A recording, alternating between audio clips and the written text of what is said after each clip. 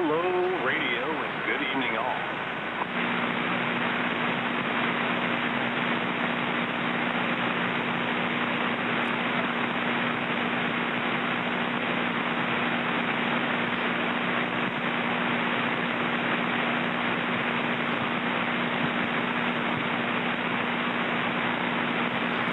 Hello, radio, and you're listening to the Old Tube Radio Network.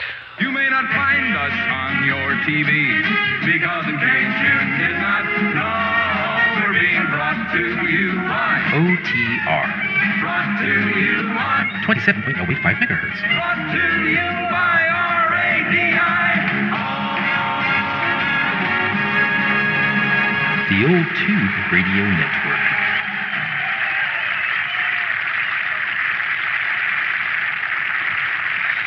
Sometimes I wonder who is going to win the battle to get this net on the air, the old tubes or the old tired tube radio network operator. Hello, everyone.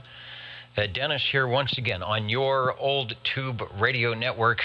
Real radios glowing in the dark when they are coming by, and a little bit after the roll call, those classic radios from about 1958 through 1978. Class D Citizen Band radio service. You might be familiar with them. Perhaps you have one. Perhaps you'd like to get one. We'll tell you about ways to do that, no doubt. Our tube radio operators and collectors are warming up the tubes right now, the SWLs at their microphoniums and their shortwave radios, or wherever they might be, to tune in the Old Tube Radio Network. An item of interest that has been beaconing across the airwaves on 27085 Channel 11 for well over 35 years, thanks to you and your old tube radios. We start with the direct-to-net roll call. I have got the home game here, the shortwave listeners. We are in week 3 of this 8-week roster, so you should be putting your game tokens at the 29th day of January 2022. Who would have thought that we would be doing this for so long? But it's a good thing, and I will see who's out there. SWL 0, and that is 51, Dave out in Sanger. And I'll get Dave checked in. Sometimes he checks by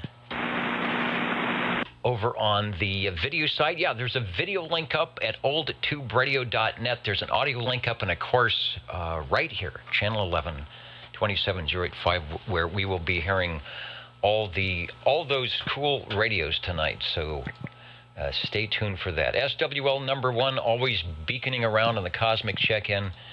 SWL number 2, that's Mr. OBP. I believe Kevin is out on the video stream this afternoon, saying the Sunspot number 78, low flare output on the bands good up to 6 meters.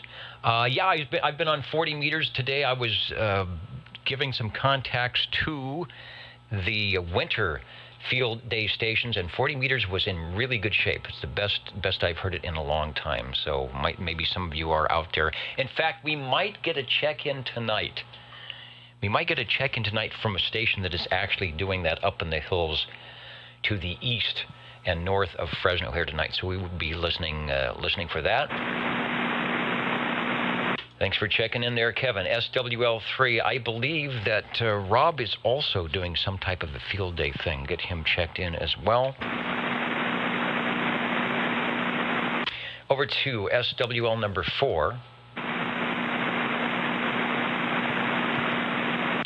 SWL 5. Shortwave listener number 6. If I can make it through the noise, SWL 7. SWL 7 is here through the massive static. Yeah, there's a lot of static tonight. I've got to adjust my controls as well. But thanks for stopping by on the Old Tube Radio Network tonight. And thank you.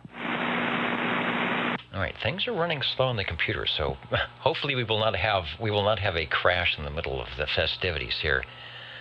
Looking for SWL 10. That is Chrissy in Idaho, where it's been very cold. I've been looking at some of the temperatures there. They're having, I think, an unusual cold spell, as are many people. Dave, I see it. 00 and 51 on the stream. We'll get you checked in. Thanks for stopping by. SWL 13. It looks like the comments are working over at oldtuberadio.net, so if you were able to stop by there and check in, I will keep an eye out on that screen. Make sure I get all of you over to SWL 14.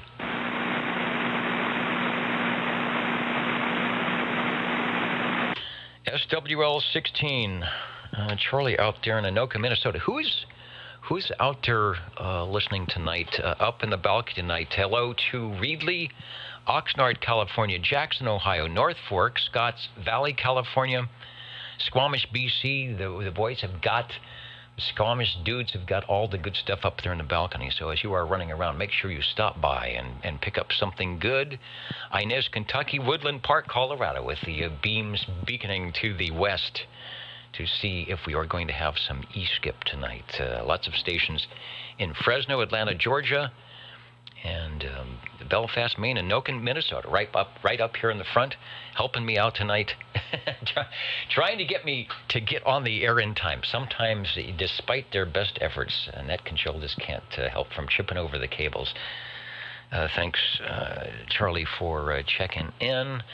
Also, Fish Camp, Louisville, Kentucky, and Hermosa Beach. So a big crew tonight. Looking for SWL 17.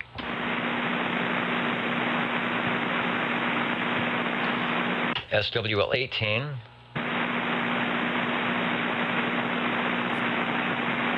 SWL 19. Hello, Chet. And Chet, we did the mail already. Oh, I got the.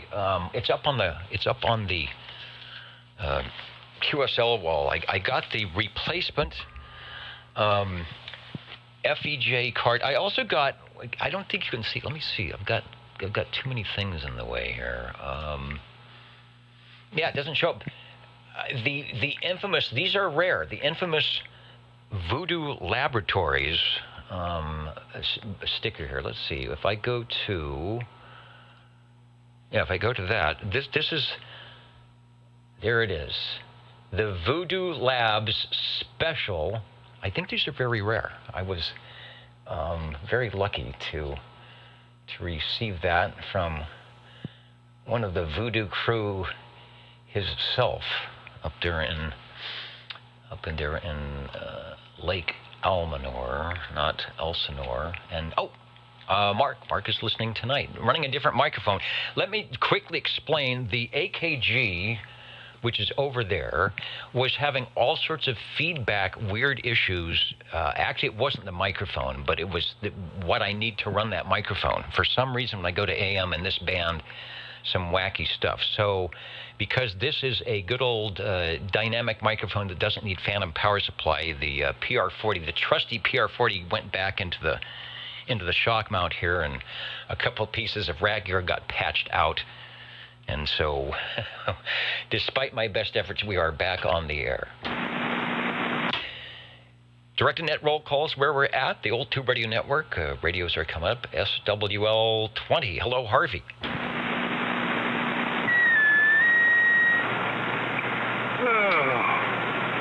Number 20 has his voice back, almost. Of course, my daughter said, darn.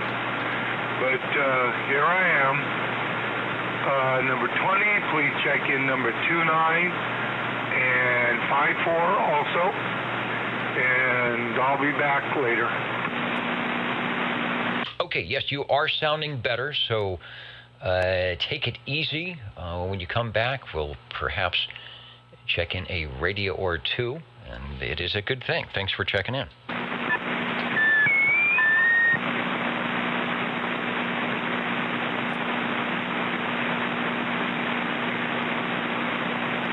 And over to SWL 21. I was looking for the replay. I think old Radio Night was running, I don't know, overtime. They were just running long tonight. Lots of check-ins. So the video, the replay of the video stream with the very impressive My favorite radio, the Regency Imperial, I can't get the video up because it's not quite ready to go yet, but that Regency, one of those radios not like a sports car, not super fancy, and it's not super luxurious, but it's a one-of-a-kind, sounds good. So thanks JT for running the Imperial tonight out of the Wasama Swamps, the world's longest ground rod. Always, I think there's a ground lug on that Imperial. So Mr. JT is checking in. If we can get the video, we might go back to a replay of Old Radio Night. Over to SWL 22. Where did my SWL list go? It's back over here. SWL 23. 23 could do.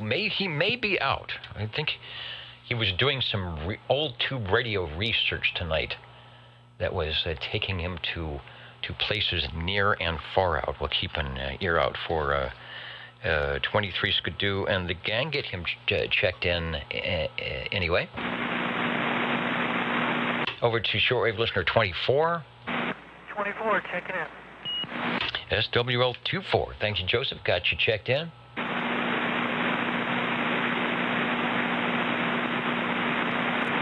SWL 25.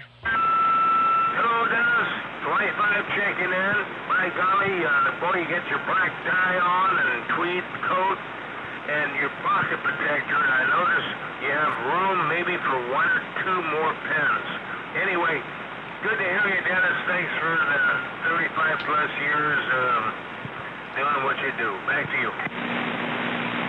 Yeah, it's good to be heard. If I remember, I will be adding a pen to the pocket protector tonight when we do the tube radio check-ins.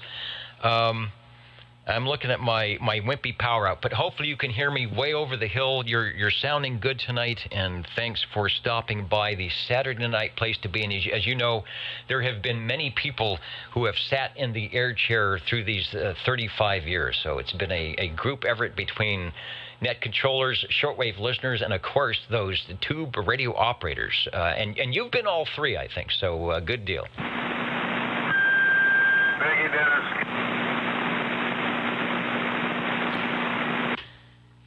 Let's see, that allows me to turn the page, they're all saying. Just turn the page. Turn the page. All right, now let's go over to SWL 27. 27's checking in live from Studio G with one burner glowing in the dark on Mr. Heater. All right, Mr. Heater, it actually didn't warm up as much today as I thought it would. It stayed kind of cloudy, so hopefully Mr. Heater's doing well. Before you go, yeah, I don't know if you've been doing any FT4 or FT8, but does that mode get involved in the field day activities? Yes, field day, FT8 and FT4 are allowed. Okay, I didn't know if how that works. I've been doing some of the voice communications, but I guess there's a little button you press and it says CQ Field Day or something. Yeah, I think last year I made a few contacts on field day from home, but that was the extent of my involvement. Good enough. And the extent of your involvement in the Old Tube Radio Network is also done. Thanks for checking in. Roger, roger. I shouldn't say that. I mean, Dwayne also has a few old tube radios that may or may not make it by tonight, but just in case, leave that option open. Let's see, over to SWL 28, Gary, who you can often find him in the Sacramento area. Been talking to a station on 40 meters in West Sacramento that's putting in a good signal on a Yaesu. Gary's out there tonight checking in, and let's end this month with a bang. I would like to do that, and it's a good bang. I thought maybe whenever I fire this stuff up, we always put the smoke detectors very close by to see if whatever bang that we heard is one of those that I should go around behind the rack and attend to. But so far, so good tonight. And Gary's following us to the Green Radio Victory. We'll see how many green radios we get tonight. Normally, the green radios do specifically show up in the month of March for St. Patrick's Day, but we will take any color, anywhere, anytime tonight. The old tube radio, because that's what we do. Thanks, Gary. We got a proxy check-in for SWL 29. Looking for SWL 30. Might be still waiting to stop by the radio. SWL 31. SWL 32. Shortwave listener 33, myself. The honking proboscis. I guess there's only one. The honking proboscis of Bozo Control, and just about anybody else who would like to check in from the studios tonight. Over to SWL 34, Jimmy Fielder. I have got to check. My Facebook was not operating, but he may have a message for us tonight. I will look to find that if they will allow me to log in. Sometimes I just never know if that's going to happen or not. But we'll get 34 checked in and see if he is going to be around.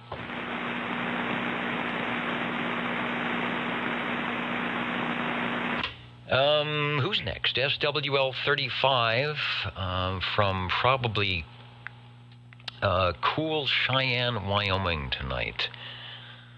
Let's see if Mr. Bill will make it in there from Red Monkey Communications. I see that Mike, Mr. Cobra, SWL 13, also checking in at oldtuberadio.net. Thank you, Mike.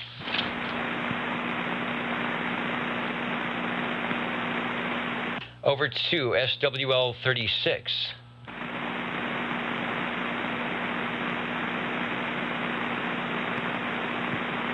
SWL 37. Oh wait, 36 is there. That's Jerry out of. I went right by you, Jerry. R5G.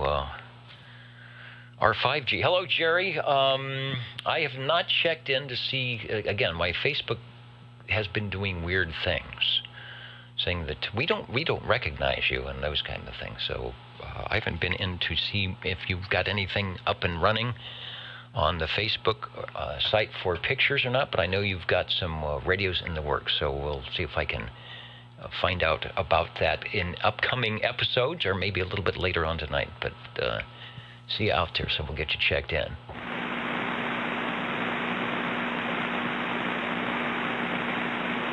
And Jerry's also participating in a Winterfield Day going on tonight. I don't know. 40's probably still open. 75 if they do it. It should run through tomorrow. I am going to try and get on the air on some various places for that. It seems like there was a lot of stations that were running portable in the backyard, in parks, very close to home, and keeping it simple but getting on the air, which is a good thing. Let's go over to SWL 37. SWL 37. Good evening, Dennis. All right, good evening. You're at the microphonium, sounding good. We've got you checked in. Yes, sir. And how are we doing? So far, so good. I'm trying not to break things, and when they break, I'm trying to tape them together as quickly as possible. Chewing gum works pretty good. That's one thing I don't have. I'll put that. I'll have them put that on the shopping list for the Costco card. Just get some silly putty then. Man, silly putty. Is that still legal to sell? I don't know, and it probably isn't as good as it used to be because there was some toxic ingredient that they can't put in there anymore. Thanks for checking in. You betcha, Dennis. Thank you for being there. Over to SWL 38. Shortwave listener 39. SWL 40.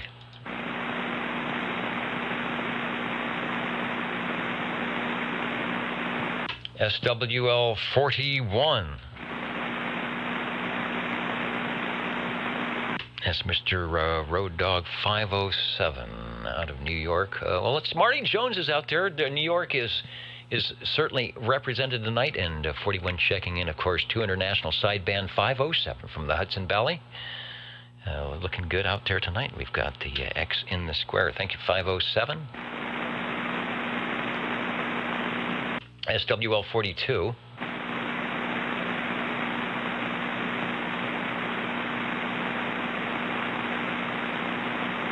SWL 43. Dennis, can you proxy in Mr. Spaghetti Eddie? He can't hardly hear anybody up there. Well, I know he could probably hardly hear me, because that's sort of the normal, but yeah, sometimes it does get crazy. Eddie, Mr. CE has got the big X in the square. Thanks. Therefore, we know he's crazy, and we know he can't. He's got a lot of peanut butter in his ears up there, as we used to call it. Right, or, you know, when you're trying to copy a mud duck from Midtown, sometimes it gets tough. Got him checked in. Copy the mud duck. Thank you, sir. Over to SWL 44.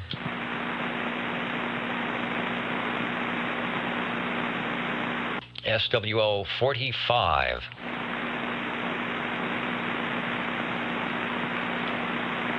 That's Paul up there in North Fork. Get Paul proxied in. Over to SWL 46. Shortwave listener 47. Good evening, OTR and all the other SWL listeners.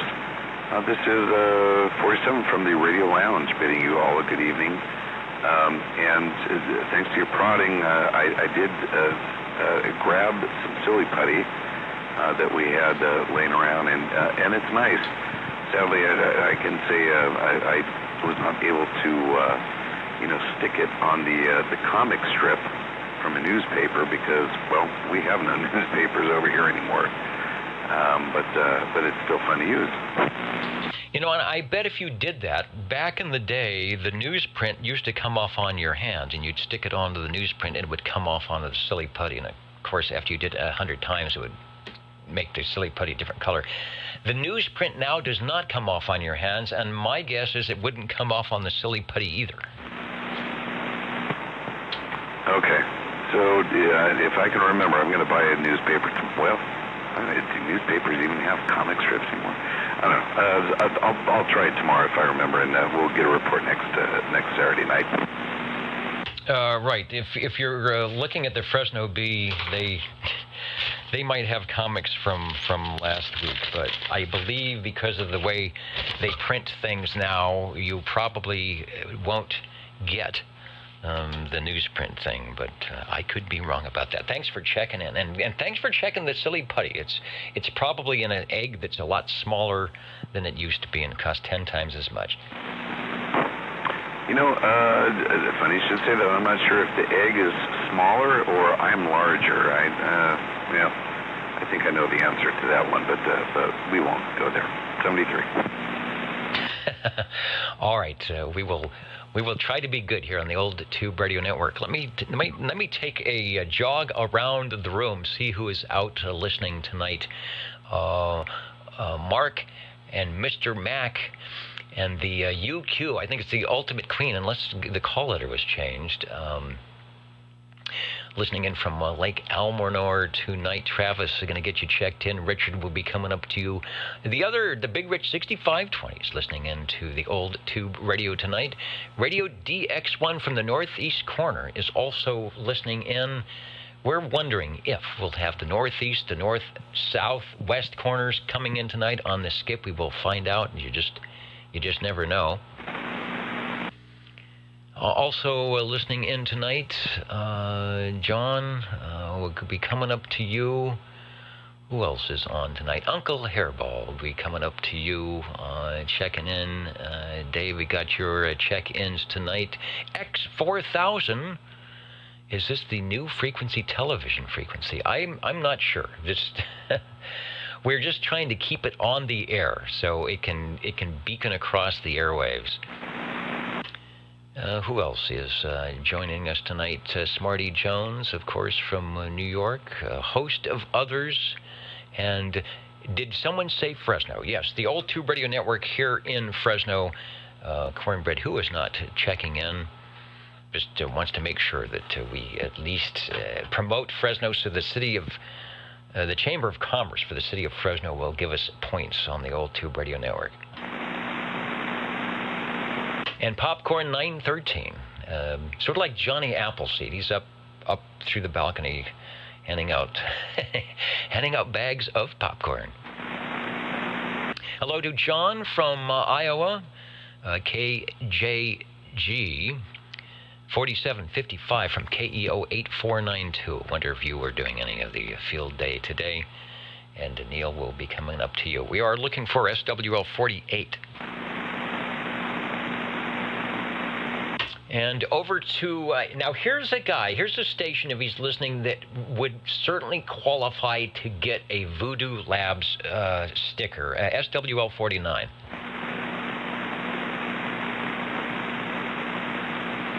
I think he has a Voodoo modified FT101.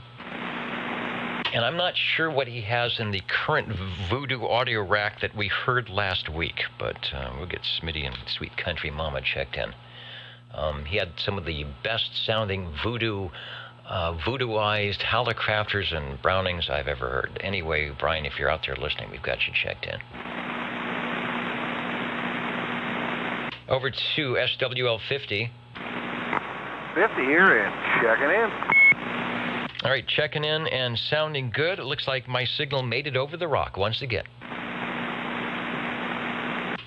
SWL 51 on the double play, the 2-for-1 coupon. Dr. Dave in Sanger's got the double check in tonight. Thank you, Dave. Over to SWL 52. Hey, Dennis, I hear you tonight. Little noise for tonight, but I'm going to check in. Hey, you're S9, you're well over the noise, and the mellifluous audio is beaconing into the old Tube Radio Network. Over. Check, Dennis. Take it easy. Have a good evening. All right, there's another station right there that could qualify for a Voodoo Labs sticker, always sounding mellow, whether it's AM or FM, maybe FM, certainly on SSB. Thanks, Dave. SWL 52 from behind the golden keyboard, somewhere behind the golden microphone, doing the 001 check-in. Let's see, 52. Is that the hexadecimal? 110100. I used to be able to be really good at figuring out and adding that all together. But yes, the binary item. Aaron, you are looking good, and we will give you a binary check-in. Thanks for stopping by. Over to SWL 53. Good evening, Dallas. 53, checking in. Okay. Somehow I went to put the X in the square, and it was already there. So somehow the legend has checked in even before he checked in. Okay, I appreciate that. Thank you there, Dennis. You have a good night. 10-4. All right, we are having a good night and looking forward to checking in a lot of those tube radios tonight. Thanks for stopping by. The old Tube Radio Network, channel 1127085 in Central California, beaconing at oldtuberadio.net, and somewhere doing a YouTube thing on somebody's big screen, little screen, and who knows what else. Page 3, getting a check-in for Mr. Board Jammer, SWL 54. How about SWL 55?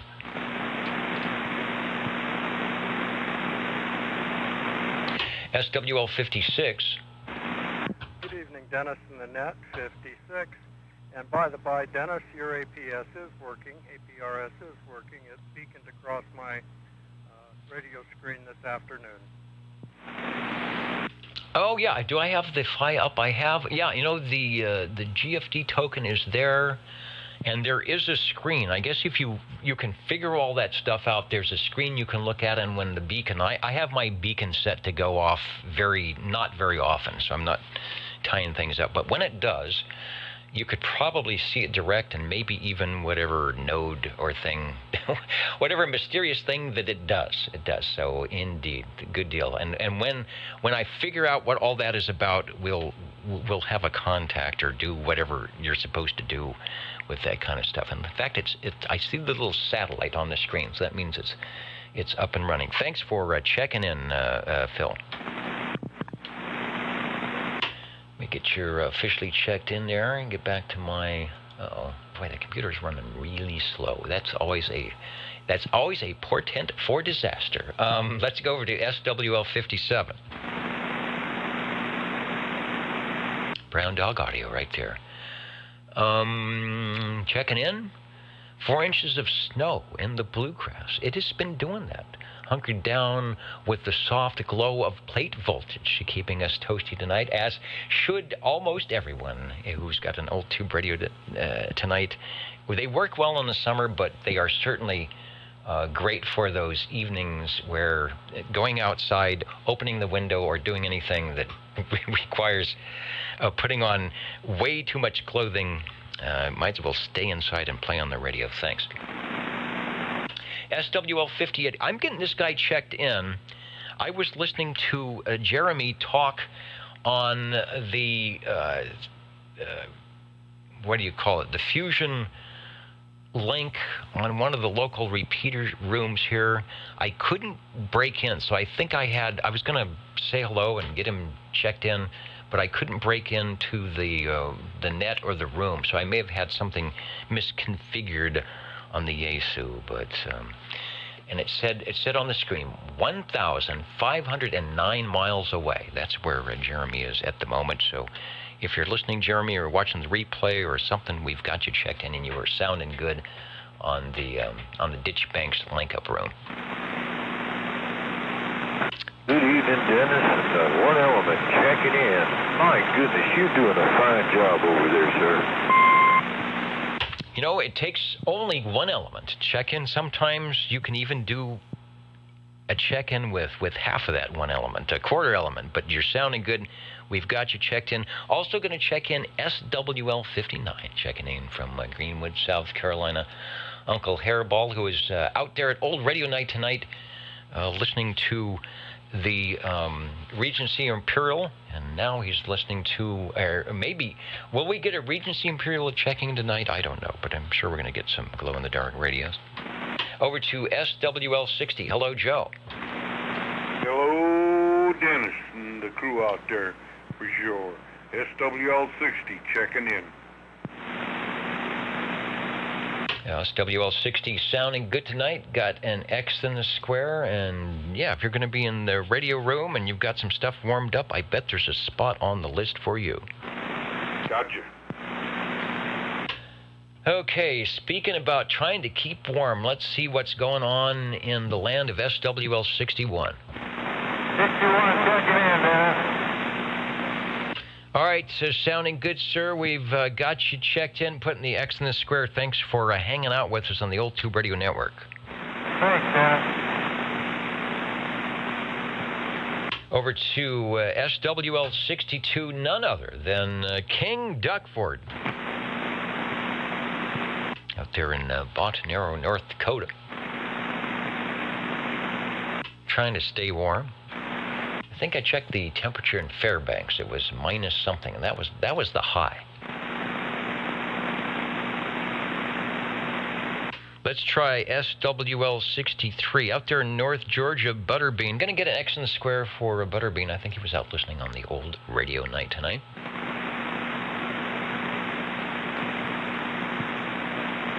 SWL 64. Shortwave listener 65. SWL 66.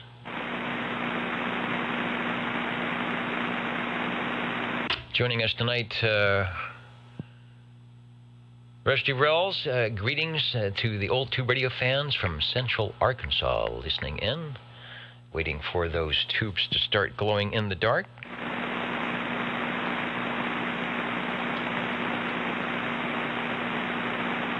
Over to SWL 67. I think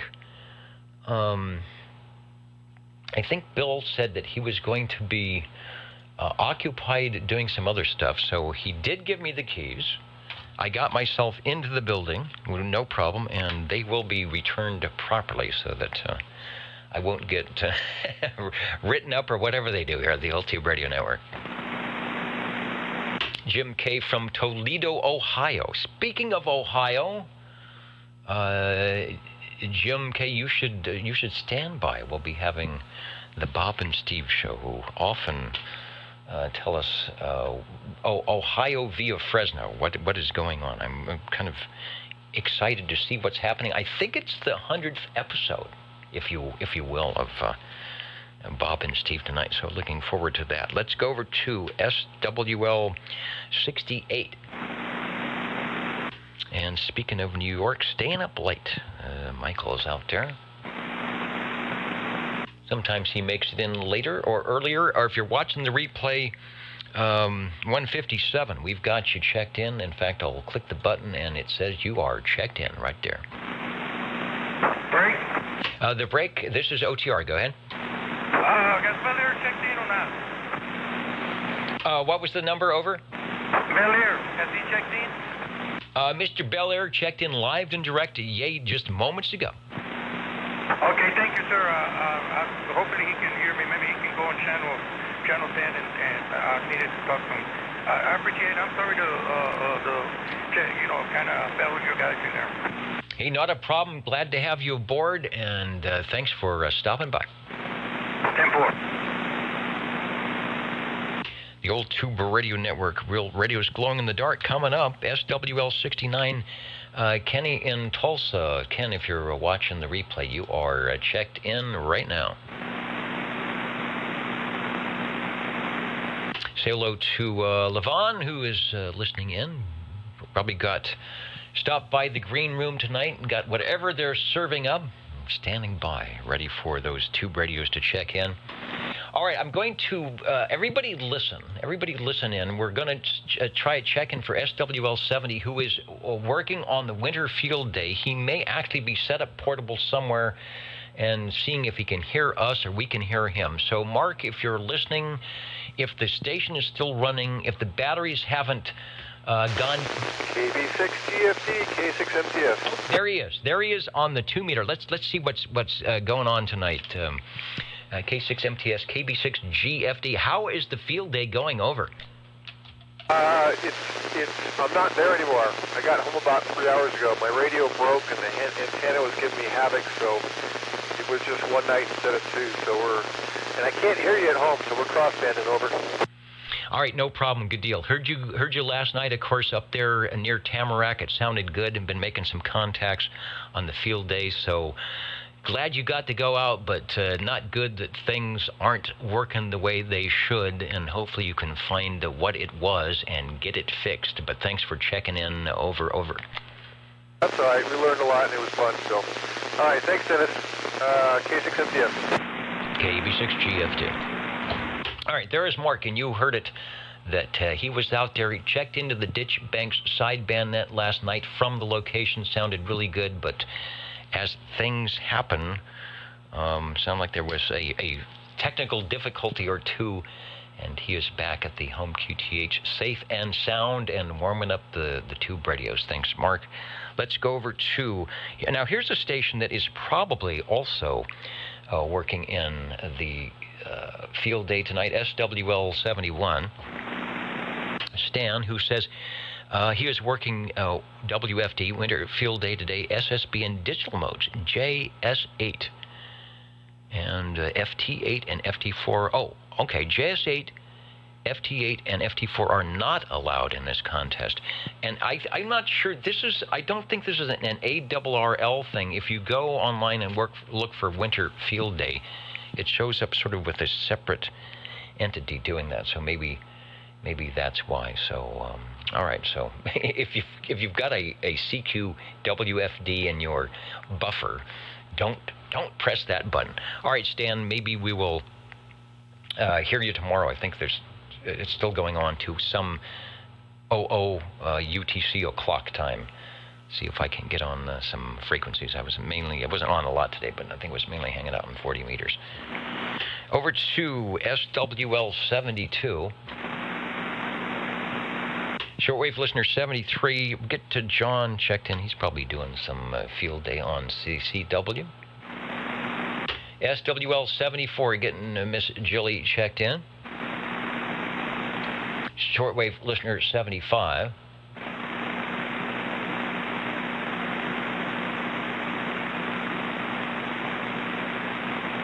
And let's see, SWL 76, the Raccoon Radio Ranch.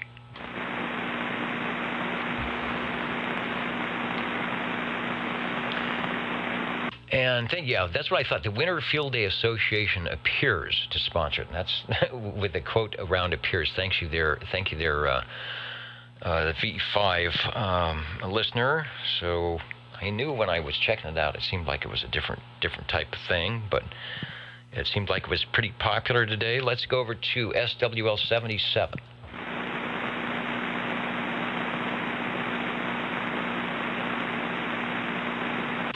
SWL 78. Richard up there in Wild Wildemar.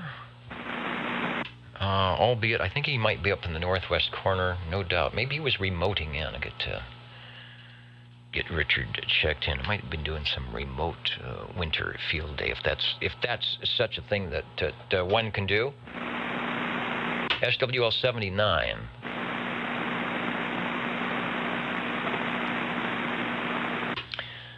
And over to SWL 80.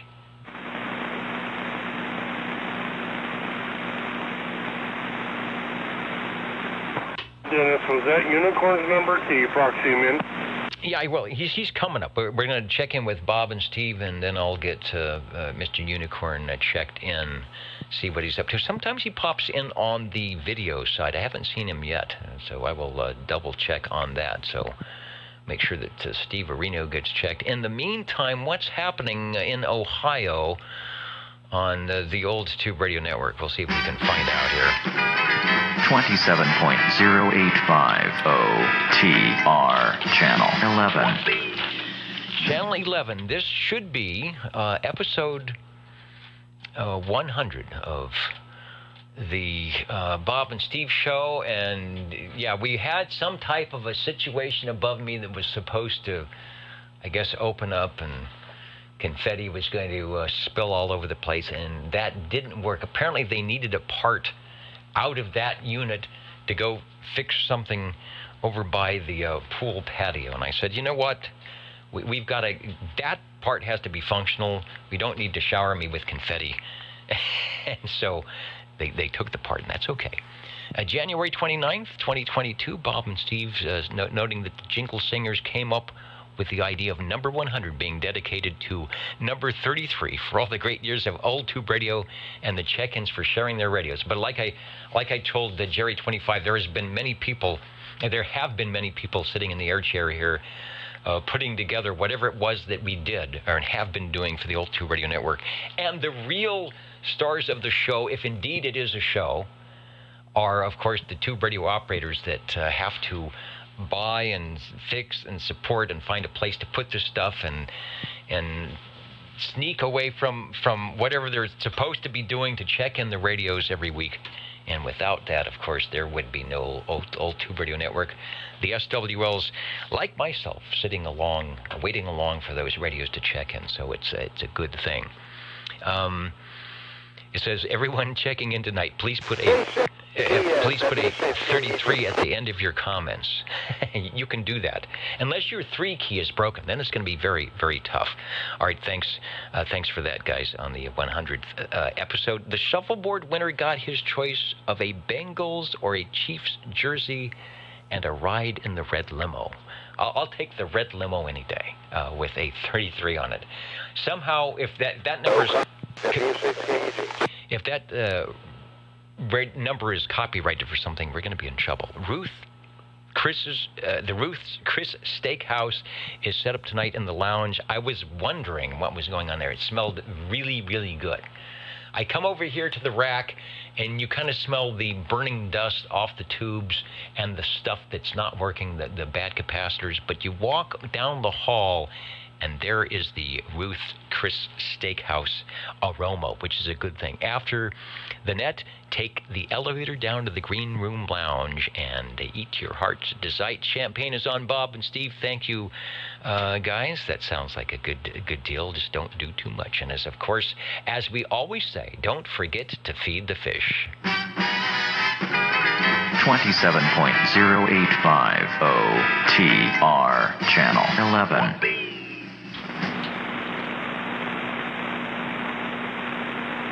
Let things cool down after that old buzzer transmission. SWL81, Steve Verino, Mr. Unicorn, who could be watching at any time. Hello, Unicorn. I bet he heard you. He stops by. Steve is a big fan of the old Tube Radio Network. He has been checking in well through our 35-plus years. Attended back in the day, the old Tube Radio picnics that we had, one or two, I think, out at Woodward Park. So a fan of Tube Radios for sure. Speaking of fan of Tube Radios, let's see if SWL82 is out there tonight.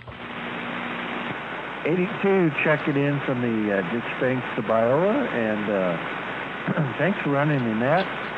You do a much better job than I run my net. Well, the first thing is I never start on time. There's just too much to do. So if you're going to run a net and do it right, you really need to start on time, as do you on Friday nights at 8 p.m. Pacific Standard Time, on the nose with the Ditch Banks sideband net. Join us, won't you, at 27,365. That's 36 lower at 8 o'clock Fridays. If the skip is rolling, there's a check-in section for guests and DX. So take advantage of that. And before you go, Ron, I heard you guys, I heard you talking to Jerry, I heard him talking to Rick. For some reason, I think my radio was misconfigured or configured wrong, or, operator error. I couldn't break into either the Ditch Bank side or Rick's side to get in and say hello, but I did hear that Jeremy was out there beaconing in from his 1,509 miles away. Yes, that's right. We were out there, so I have to keep it on tomorrow, and I think we're going to be out there tomorrow, too. So anyway, yep, thanks for doing the net, and keep up the good work. All right, going to check in some radios tonight. Thanks for joining us. Over to SWL83.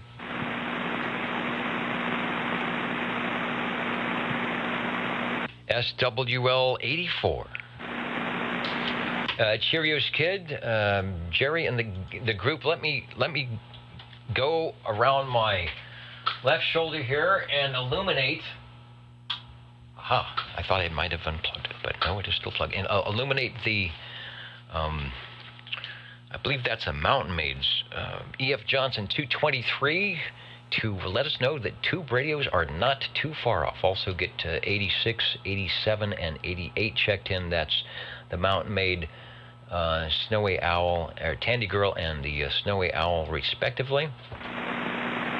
Over to SWL 89.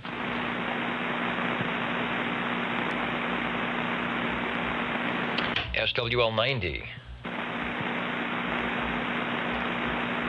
And the computer is running really, really slow. Over to SWL 91.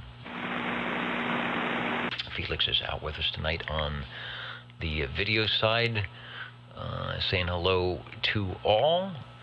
And I'm looking. He found another. I'm sure he's had it before, but the little icons with the radio in the hand and the check. And there's a bozo control. I didn't know they had a clown.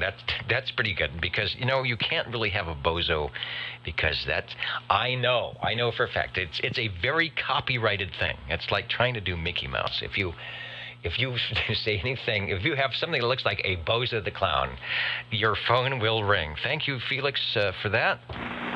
Over to SWL 92. SWL 93. Shortwave listener 95.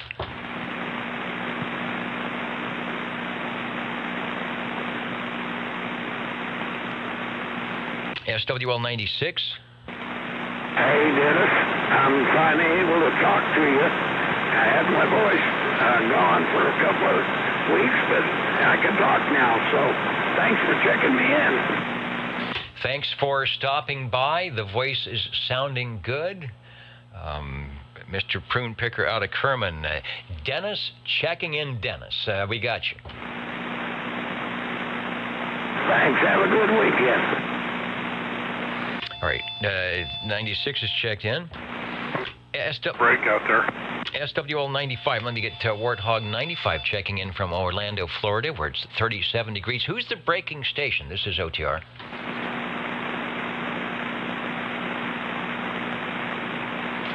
I believe you said 17. Oh, I'm surprised I cannot hear 17. That would be Carolina Kid. Eric, I'm trying to find page 1. Have him take another transmission. Hey, Eric, take another one.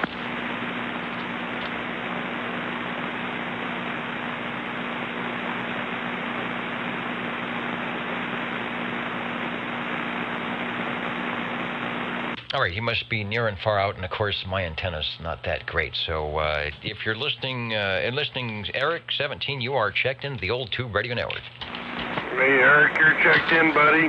I think you're a little off freaker. You got something going on with your radio.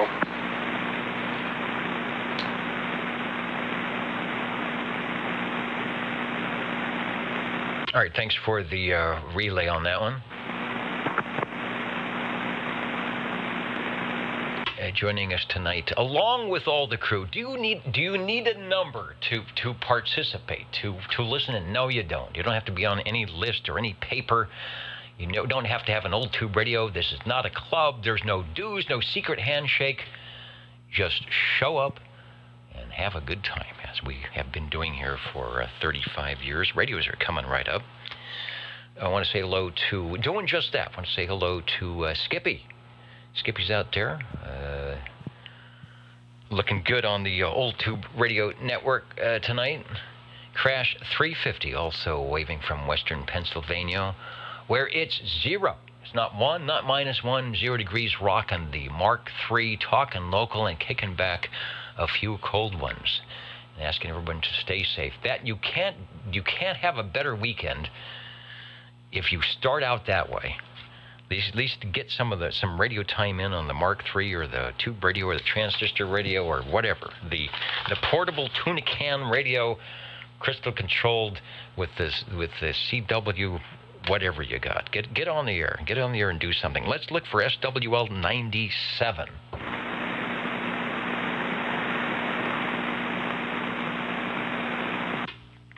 That's Jim out there in Boston. Might be listening.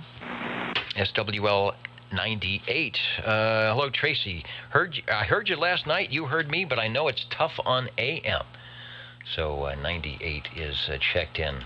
There's a big rock or a UFO or something that is out to the east that blocks my signal to all the foothill stations.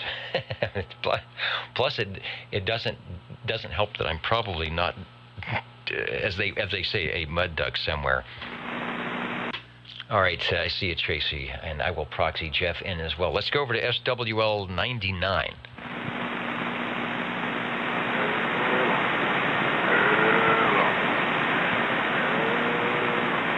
Yeah, that's interesting. I wonder if we're going to get some conditions. SWL 100. Don't have the Echo link up tonight, but I'm going to give Tony a proxy check-in. He's probably doing the field day thing and would be checking in too. Tony, if you're watching, listening, got you checked in. SWL 102. We've got John out there in Scranton, Arkansas. 102. Checking in as 102 tonight. Thanks for joining us on the Old Tube Radio Network. And the X is in the square. That's one way of doing it. Because I will put that in. Over to SWL 103. Shortwave listener 110. I have some water in Millerton. Should have the antennas floating up high enough for us to hear 5150. Over to SWL 111. Who was checking in? He was checking in early from Reedleytown. Thank you, Robert. Hope all is going well, and you are definitely on the mend. And from Sanger, SWL 113, the man that has no friends says he can barely hear me tonight. Well, what's new about that? That's the watchword for the Old Tube Radio Network station. Heard you on the early risers net, sounding good on FM as well as AM and sideband. So thanks for joining us tonight. Got you checked in. Let's go over to SWL 114. 114, checking in. All right, sounding good. You've got it going on tonight. Sounding good here in Midtown on the AM radio. Thanks for checking in. Thank you for the check-in, Dennis. Sound loud and proud on the northeast side, too. How does he do that? Well, only he knows, but he's been doing it for a long time. Let's go over to 128 is in. Wayne is there. Let's try SWL 128.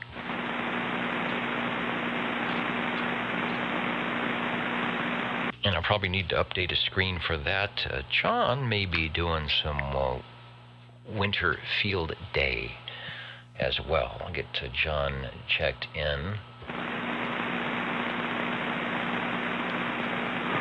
113 checking in. I can hear you a little bit better now.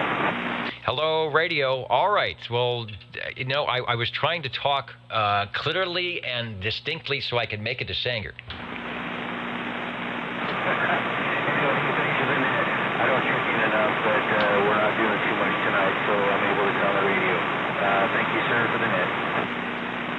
All right, thanks for stopping by. Yeah, you sound good on the Friday morning net and even right here on the Old Tube Radio Network. Thanks for checking in. And 128, John checking in a little bit early, but I see you on the screen over 61 minutes ago. Thanks for listening into the Old Tube Radio Network. Over to shortwave listener 131. Oh, you know 131 got here. Oh, yeah. Beaconing from Clovis and beyond into Midtown. We've got you checked in. All right, Dennis, thank you. Might even be 3 check-ins I just heard. Let's go to Northwest Fresno, shortwave listener 133. Hello, Dave. Good evening. I don't know, the last OTR guy needs to turn his echo down. Hey, Dave, you're sounding good. Good signal here tonight. Not sure if you're working any field today, but you are, let's see, actually you don't even have to give a 5-9. You say whatever your situation is, a 1H in San Joaquin Valley. Sounding good. How's that for no echo? From tonight, been working from 7 and 9 areas over. Yeah, I think some bands are open still, so we'll see what happens. And it seems like I was thinking nobody would be doing it, but there was a lot of stations out there tonight, so sounding good. And yeah, this is the no echo frequency. At least, well, echo if you got it, I guess is what they say. Let's go to 133 is checked in. SWL 135. KB6GFD, this is KD6QLG calling. Sorry about that, Dennis. I forgot the echo was on. All right, we will get you checked in. Stay on there. Thanks so much there. I'm going to make a bona fide attempt at a mobile, but I'm starting to have some trouble, so I'll do my best. And the best is all you can do, and we appreciate it. Thanks for stopping by. Got you checked in, KB6GFD. KD6QLG clear. Okay, there's 135 on the crossband with a little teaser that there will be some more mobile old tube radio in the works, and that's a good thing. Over to SWL 137. Let's see, here's a guy that can do AM, FM, and SSB. SWL 145. Well, good evening, Time Dennis. You can't call Tom the man with no friends anymore. He's now the new vice president of the Mountain Amateur Radio Club. Got to meet him Thursday. Got to finally put a face to the voice, Roger. Excellent. All right. Well, it's a great way to make friends indeed. And you are sounding good here on AM. We've got you checked in up there in Corscold. Thanks.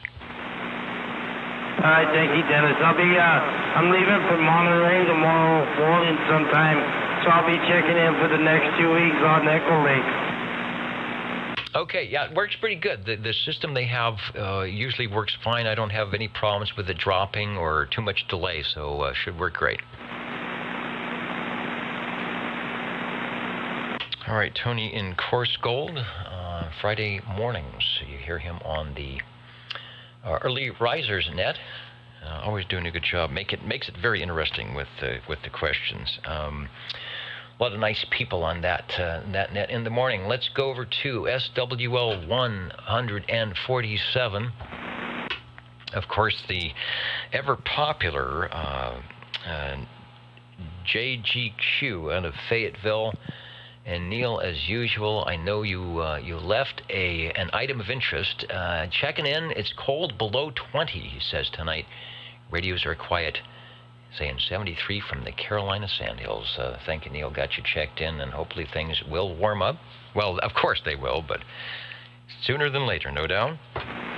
Always good. You want to warm up quickly, turn on the old tube radio or maybe some old tube auxiliary devices, but we won't we won't say anything about that. The SWL 180, he doesn't need any old tube radio auxiliary devices. He's got a focusable multi-element beam. Hello, Bobby. Good evening time, Dennis. Good evening time to all SWLs. 188 Snowbees checking in. Oh, you forgot the Junior.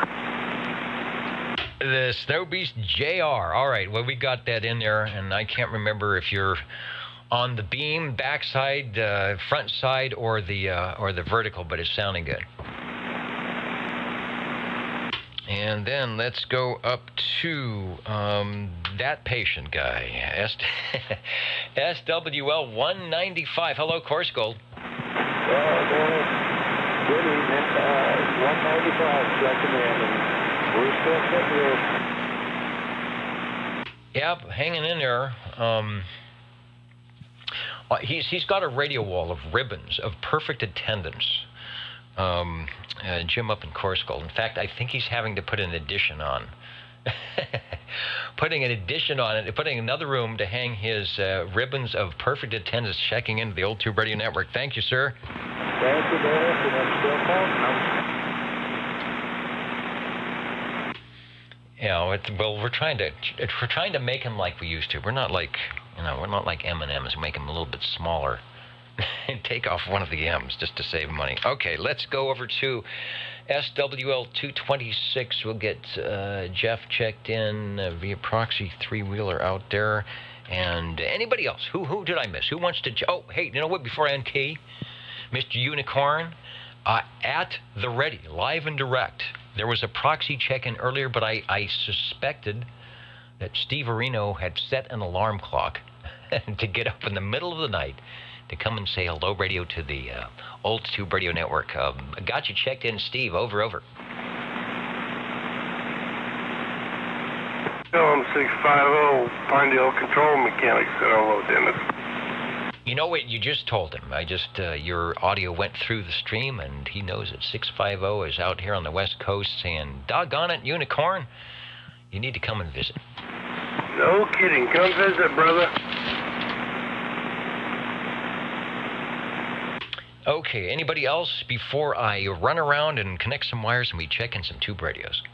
Don't forget me, Downtown Pinedale Control 650, live and well, doing it this way.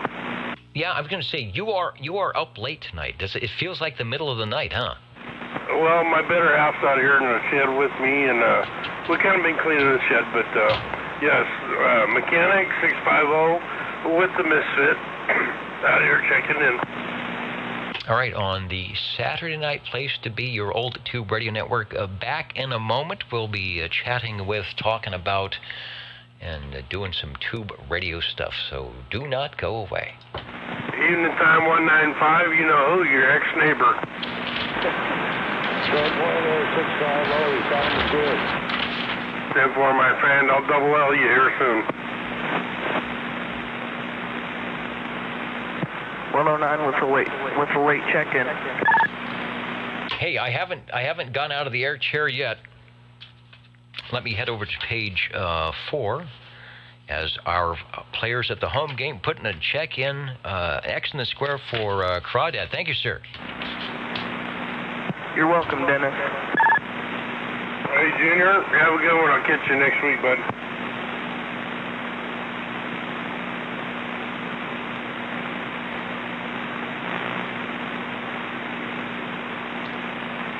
Dennis, you have a good one. We'll see you next week.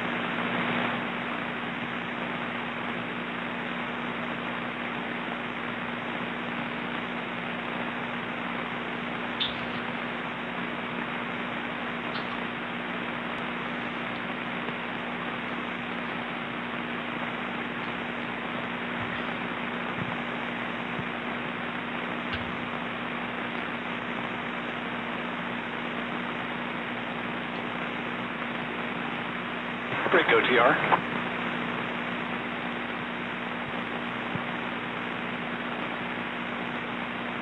Who's the break for OTR? Over. Hey, that would be the 49er along with Sweet Country Mama. Hi, Dennis. Checking in a little bit late, but making it out here. Hey, no problem. We're just getting ready to fire up the tube radios. Excellent audio from the Voodoo Labs of 49. Hello, Sweet Country Mama. Boy, it sounded good, too. Sound like you've got your own remote microphonium there. Yeah, we're using the Synchron power mic on the old slant face Road Talker, so kind of just hanging out in the bedroom tonight rather than being out on the big rack in the shop. All right, sounding good, doing a good job. We got you checked in. Tube radios are next. All right, thank you very much for that, Dennis, and wishing all you guys a fantastic evening. Hope you guys are having a good weekend.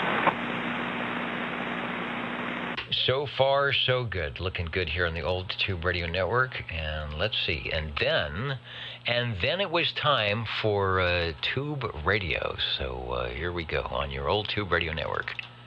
You may not find us on your TV, because in case you did not know, we're being brought to you by OTR. Brought to you by 27.085 megahertz. Brought to you by RADI. The old Tube Radio Network. And of course, they are applauding for those tube radios that will be stopping by here shortly. I've got the 2022 January 29th radio list ready to go. I've got a pen that may have enough ink in it to hopefully check in the radios that will be stopping by tonight, and we'll see what we can get. Maybe some of your favorites will stop by tonight. You just never know. Let me bring the video up here, and I've got to do what I forgot to do last week and populate the pocket protector with this week's sponsor of Tube Radios. It's Brill's TV service at 1110.5 North 14th Street in Bismarck, North Dakota. I think they have been a sponsor of the program here before. There you go, Brill's TV service. Look at this fine pen, two-tone, sort of red and maroon. It's a nice, solid metal pen. This is not, you know, the plasticky stuff that you get today. This is a real pen. Brill's TV service. I'm sure they do great work as well. And if I can find a spot, I'm going to have to take some junk out of this pocket protector. Okay, that's in there. We are ready to go. We are listening for any and all tube radio check-ins. This is the Old Tube Radio Network. Number 7. 135 mobile. Okay, 7. We'll get yours, and then 135 mobile. You can kind of listen in, make sure you're tuned in, and we will get to you next. I want to make sure it's all working and it's not too cold out there. The time is 9:20. Is that true? Wow. Sometimes it takes forever to get to the radios, but we are here. Mr. Ed, tell us what is going on in the Radio Shack this evening. Over. This one's from E.F. Johnson, the Messenger 223. All right, E.F.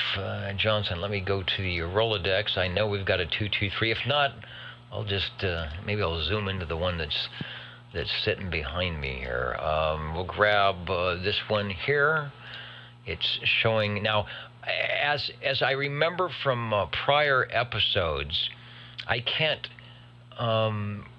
accurately display the messenger that you have because it's modified with, I think you said some buffalo nickels and some LED lights, but the basic radio is still there, right? The case hasn't been taken off or anything like that? No, it's just as it was, except for the blue LEDs and the buffalo nickels put into the 3 dials that are there, so the radio's worth at least 15 cents. And yeah, probably those nickels, even in bad condition, are worth more than a nickel, just for silver value or something, assuming you could read the dates and mint marks. 23 channels. Channel 11 has been selected on the front dial. The Johnson Viking Messenger, I guess that's the Viking head in the top of the radio. And if the S meter is working, let's see, I'll give you a signal report, and let's see, I'll go to the S meter here. I'll get your signal report next go around, and I'll get mine as well here. Go ahead. Well, on this radio, you are 10 dB over 9, just a little bit stingy on the needle, and of course, you are making it over my massive static. Okay, and you are a good 22. This is a nice calibrated meter. 22 over S9 with great and forward-moving modulation, as one would expect on the E.F. Johnson. There we go. Well, also have the silver D104 on there, the Silver Eagle. There we go. Silver Eagle D104, and that would be just regular non-amplified? No, it is amplified. Also needed a mic that had the, the relay is a electronic. So, yeah, you have to have the mic plugged into the radio to even listen to it. Oh, that's right, the electronic relay switching. There were some microphones that had the switch on the bottom. It was always, either way. It's like the radio's not keying up, and it would be switched the mic to the relay if it was relay, or to not relay electronic. but you've got it down, sounds good, and you're not overdone on the audio amplification, and it's, as we saw on the meter, doing enough audio to get some forward movement. Radio number 1, the E.F. Johnson Messenger, a radio that made its way to the shelves of citizen band radio operators back in 1969, a modification or a glorification, if you will, of the Messenger 2. Same insides, but they added all 23 channels, turned it into a base station-only radio, a very nice S-meter, the big speaker, and put it in that really nice heavy-duty chrome solid case. And they are still players here in 2022. Looks like there's a schematic available if you go to oldtuberadio.com, or if you got a Sam's PhotoFax 23, look on page 53 and find out more about it. But in the meantime, let's hear it take another transmission, and thanks for bringing it by. Well, thanks for being there and letting us check these old tube radios in. Yep, and with that, we'll listen. I think Cliff is out there. Hello, Cliff.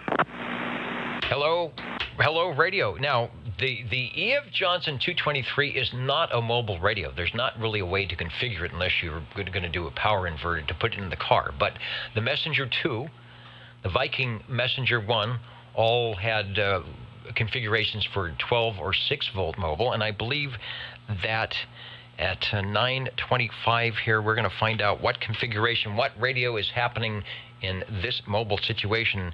Hello, Mr. Green Arrow, and thanks once again for braving the elements to let us know that yes, tube radios do go mobile. Over to you. Oh, first of all, everything appears to sort of be working right now. Am I making it there? You are making it to net control over. Oh, good. Okay. I've been having some mic issues. Okay, this is, what the heck am I on? Oh yes, this is the Tram TR70C, Tango Radio, 70 Charlie, mobile type radio. And that's all this one does is mobile. It doesn't have a built-in power supply. And I'm on the original Turner 355 Charlie microphone that comes with these things. I would like to plug in another mic and see if that works any better. Am I having any microphone issues? Over. No, not at all. Keying the radio, there's no crackling. You've got plenty of audio, albeit a bit restricted in the low frequencies, but again, it's got some, some high frequency punch. Brought up the Tram TR70C that says it's from your collection, so this could be the very radio to which we are listening. Probably not as large. It's hard to tell from this picture of like the TR27 series, but it's got big knobs, big speakers, and a big S meter, so it's definitely not something that's going to fit under the dash too easily. No, it's rather large. I think it's every bit as big as the Demco is. Among mobile radios, it is pretty big. That's a 4-inch speaker. The meter is not all that large. It's like a normal-sized little mobile meter that you'd see on these things. It's got all 23 channels crystal-controlled transmit and VFO receive. I was going to say VFO only, but you do have the option of the plug-in crystal for receive in the upper right-hand corner. I do not have a crystal for that. Someday maybe, but not now. So I am on the VFO. All right, you're tuned in. Maybe we'll check your transmit crystal. But again, one of those mobile configurations that sort of requires you to do a couple of hands-on tuning and then maybe get back to the road. And I think the receive crystal was something like that, where you wouldn't have to worry about spotting things in for your mobile pleasure. I think we're seeing the microphone that you're using right at the top of the picture. It's looks like the light-colored microphone with the vertical slats in the whatever plastic or whatever that is. Audio is good. I know you want to do possibly a microphone swap out. It looks like it plugs into the front of the radio, and I'm looking at that connector. Is that like a phono jack, a 1/4-inch phone jack? Yes, sir. And yes, it is as pictured right now. This is that Turner 355C white plastic microphone, and that is it's a stereo 1/4-inch plug and jack. Is it okay if I go ahead and switch mics? Yeah, go ahead and switch microphone names. Hold on just a second. I want to, what are we going to do? I'm going to put in the Orban loudness meter. So if you've still got the original microphone, go ahead and take a transmission. I'm going to check some numbers here.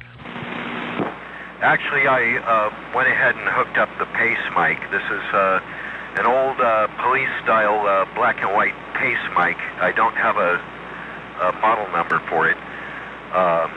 But I can switch back to the other mic for comparison. What do you think audio-wise so far? Okay, and I've got my numbers. I think this microphone is definitely louder. It still doesn't have a lot of low frequencies, but it's got a lot more punch in the mid-range. So this is probably going to be a favorite of most everyone that is where you're not 20 over S9, over. Oh, am I putting in a good signal too? You are putting in a good signal. Let me switch over to the S meter and go ahead and take a transmission. We'll see where you're at. Okay, this is me taking my mobile. Oh, I forgot to mention the mobile antenna is the only one I got working right now, which is the Wilson 1000 magnet mount type antenna up on the roof of the car. How's the signal? Hello. Yeah, you're just right, just below the 10 over S9. You will modulate above the little notch. So we'll use this S meter. If you go back to the other radio, we can kind of see how much percentage modulation just from the forward movement on the meter. But this is nice and loud. You would not have any problem being heard on this particular radio. Okay, I'm back to the original Turner microphone. It's the actual one that actually came with this actual radio. So maybe it just doesn't have as much punch anymore. But I thought I'd try the Pace mic that I was just using. That's the one I had on my Tram Titan for many years before I found the desk mic for it. That was the mic I used. So they both have the stereo 1/4-inch plug. And I thought, are these wired up the same way? So I thought I'd give it a try and see if it would work. Now, do you have me on the Orban? And I'm off frequency. I have not put this on a frequency counter. Or do we need to do the comparisons again? Okay, perfect on the microphone. I've got the Orban meter up here, about 2 dB less on the LKFS meter.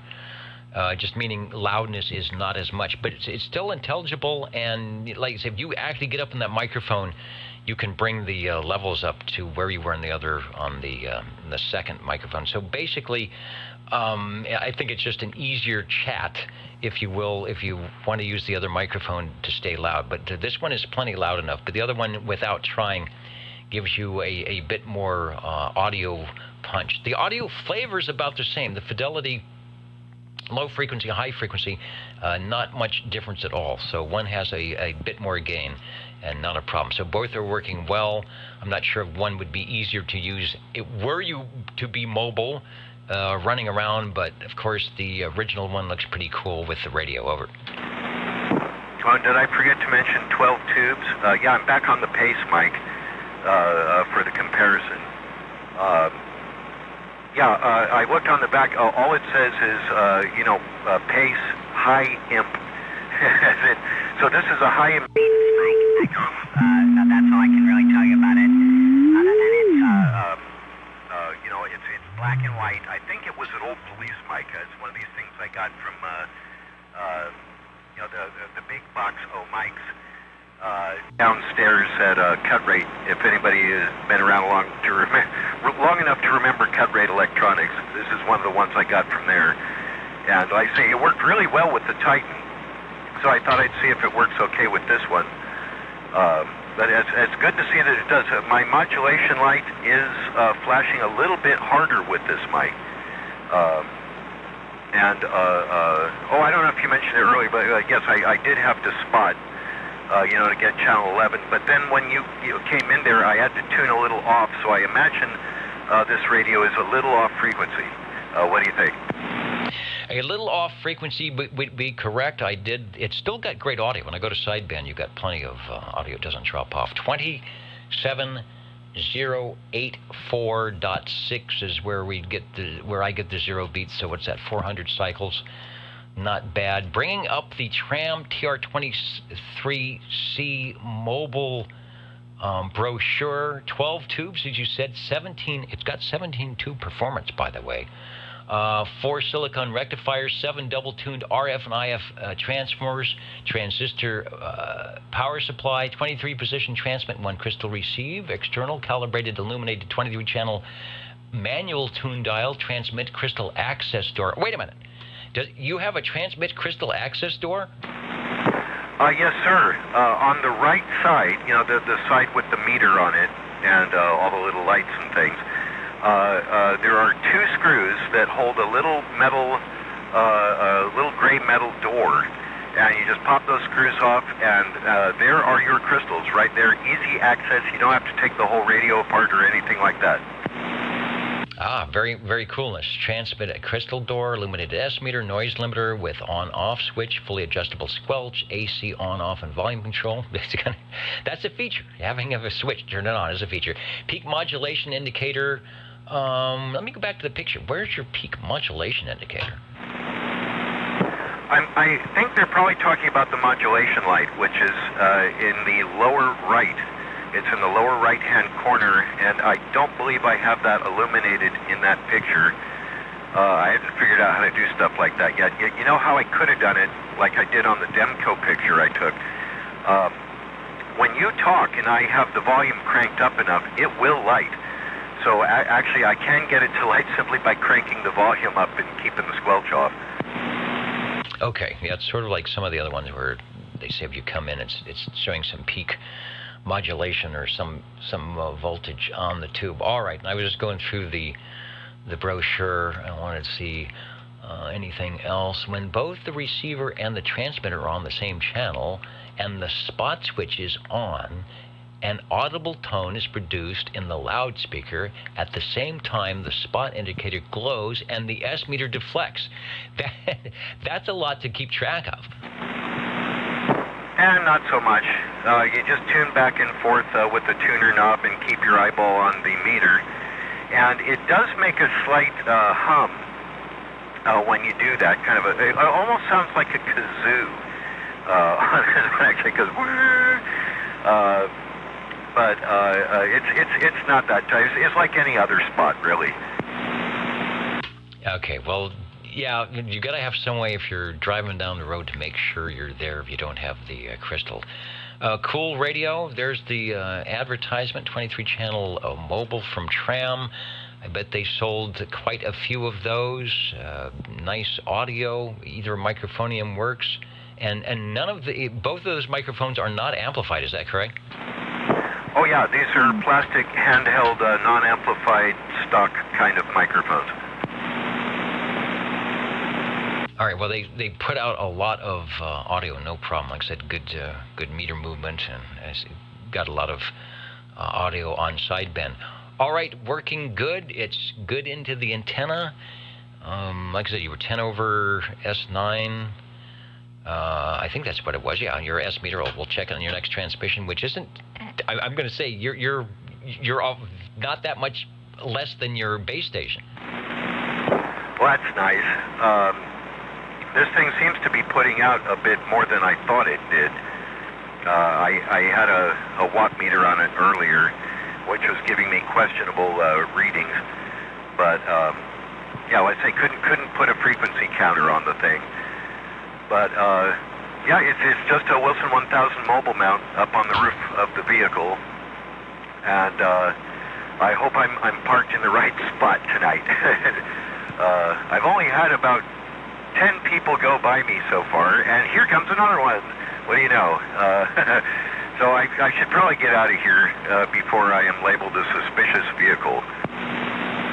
A suspicious old tube radio vehicle. All right. Well, we've, I think, got all the skinny on that radio. I've got notes. My notes say one of these sold on eBay for $54 untested. Oh, gosh, that was back in 2018. Well, this one is not going to be sold on eBay. It's been tested, and it works perfectly well. Rusty Wheels mentioning that he just got a Tram TR27C great radio. Wish he could check it into OTR. Well, so do I. But at least for the Tram fans tonight, the big green radios, we've got one in the mobile doing just what it should. Someone asked about the microphone Bakelite. I'm going to say that is probably too new of a radio to have a Bakelite microphone, but I'm going to say it's plastic or maybe it's painted chrome, but it works well. Yeah, it's this one here is all plastic. This is the Pace mic, and the other one is it's a standard Turner. Was it 255 Charlie? And it's I don't know if that's Bakelite or not. It is old off-white plastic. It's supposed to be white, but it has mellowed with age, shall we say. I think it was left out in the sun, but.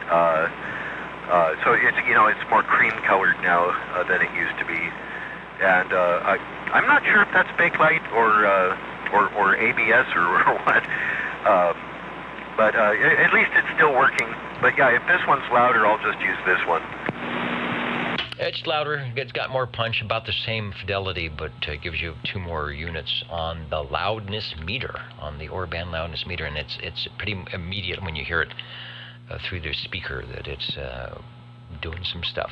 All right, thanks for radio number 2, the Tram TR27C mobile, run in a mobile configuration off of 12 volts or 13.8 volts. Oh, it said it had transistor in there, so I'm assuming you don't have the vibrator going, but you might.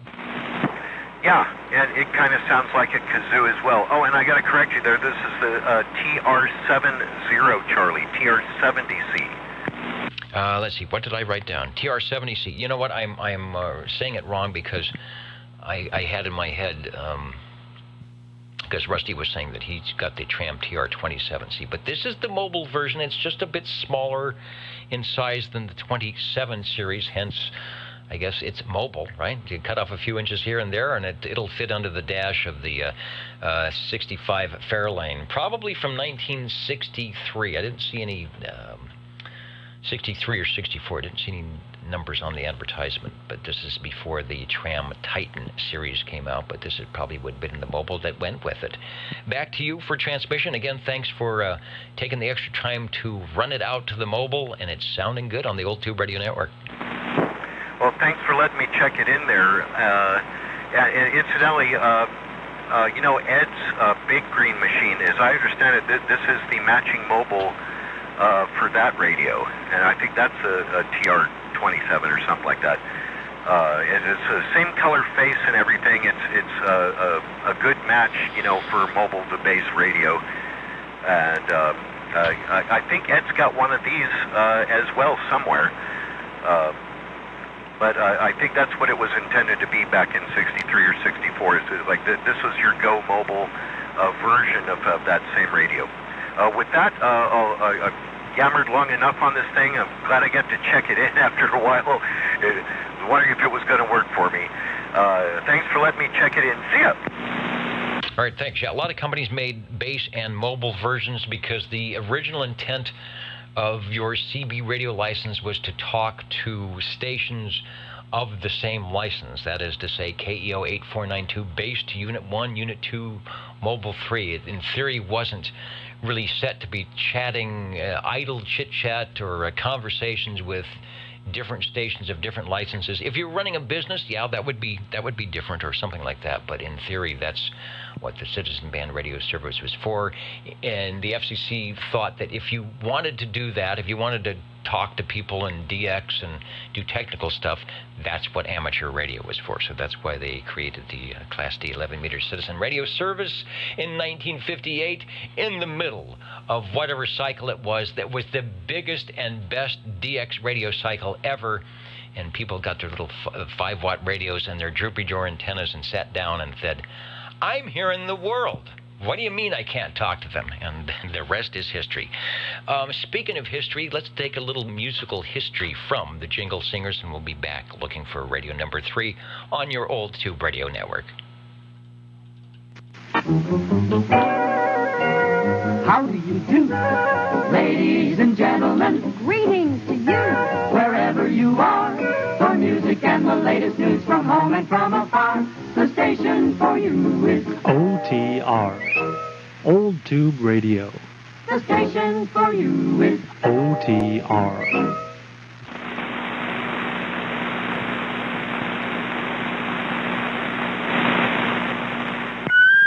Number 7. Is the station for you OTR as well? Hello, Mr. Ed. And hello, TR, Mr. Dennis.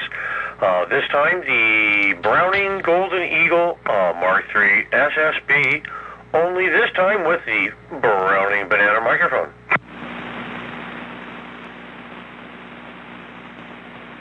All right, I was looking. Someone changed my Rolodex file around here. They go and look at the cards and they don't put the B's back in the B's. So I'm looking. Okay, it got fired under G, I guess, for Golden Eagle. But you are on the Mark III SSB, over. Oh, that is correct. The Browning Golden Eagle Mark III SSB. Okay, I'll pull up this one here. It says it's from an advertisement, but I don't think that's quite correct. I was trying to get one that showed the banana-style microphone, and I'm realizing in our archives they all have D104s or some other style. But that microphone, it was pretty cool. It had a bass, but the bass was not attached to the microphone element stand push-to-talk. It was actually on the microphone, and I think that was smart of them because it allowed you to sit back in the chair, pick the microphone up, and move it around, and even orchestrate your ping. Yes, you can. And if you have the little gizmo, which this one does, to make the ping longer, you can orchestrate quite a longer ping.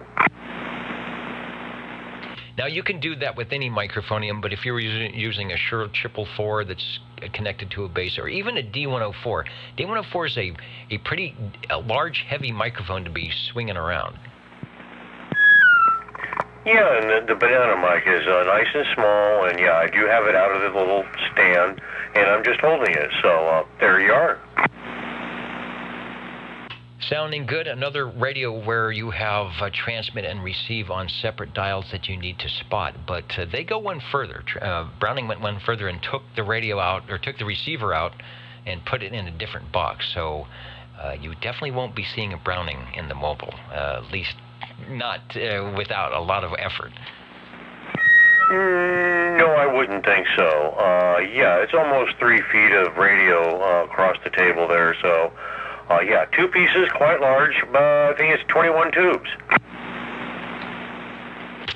That is a lot of tubes, and I'm sure whenever someone goes in and starts checking them and thinking, which ones do I need to buy, you really say, boy, that is a lot of tubes. Yes, when it comes to replacing, it's definitely quite a few. But typically, I don't think they need to be replaced that often. They're all good. There's ways to, what do they call it, tube rolling. I'm learning about that for the 12AX7s and the 6BQ5s, and making the audio sound good if you are a super voodoo audio aficionado, even on the Browning Golden Eagles, probably on the receive side as well as the transmit side. It sounds good. We'll go back to you on Radio 3 for another transmission. And thanks for jumping into the Radio Shack tonight and sharing your collection, not only with us here, Channel 11, Central Valley of California, 27085, but everywhere else on the Universal Media Net web at oldtuberadio.net, and on that video thing that happens over on YouTube. And even through the massive static, you sound good over here. All right, with that, I think I have one more radio before it's all over. All right, be nice if that static could go away. 40 meters, my 40-meter static was so low, I almost had a S1 noise level with the preamp on today. I couldn't believe it. So I'm sure that's not going to last. All right, thanks for bringing it by. 60. Hey, 60, step up into the air chair. You'll be Radio 4, but don't take a transmission just yet. Was there another station? I thought I heard an Eagle ping or something. Was there another station out there for OTR?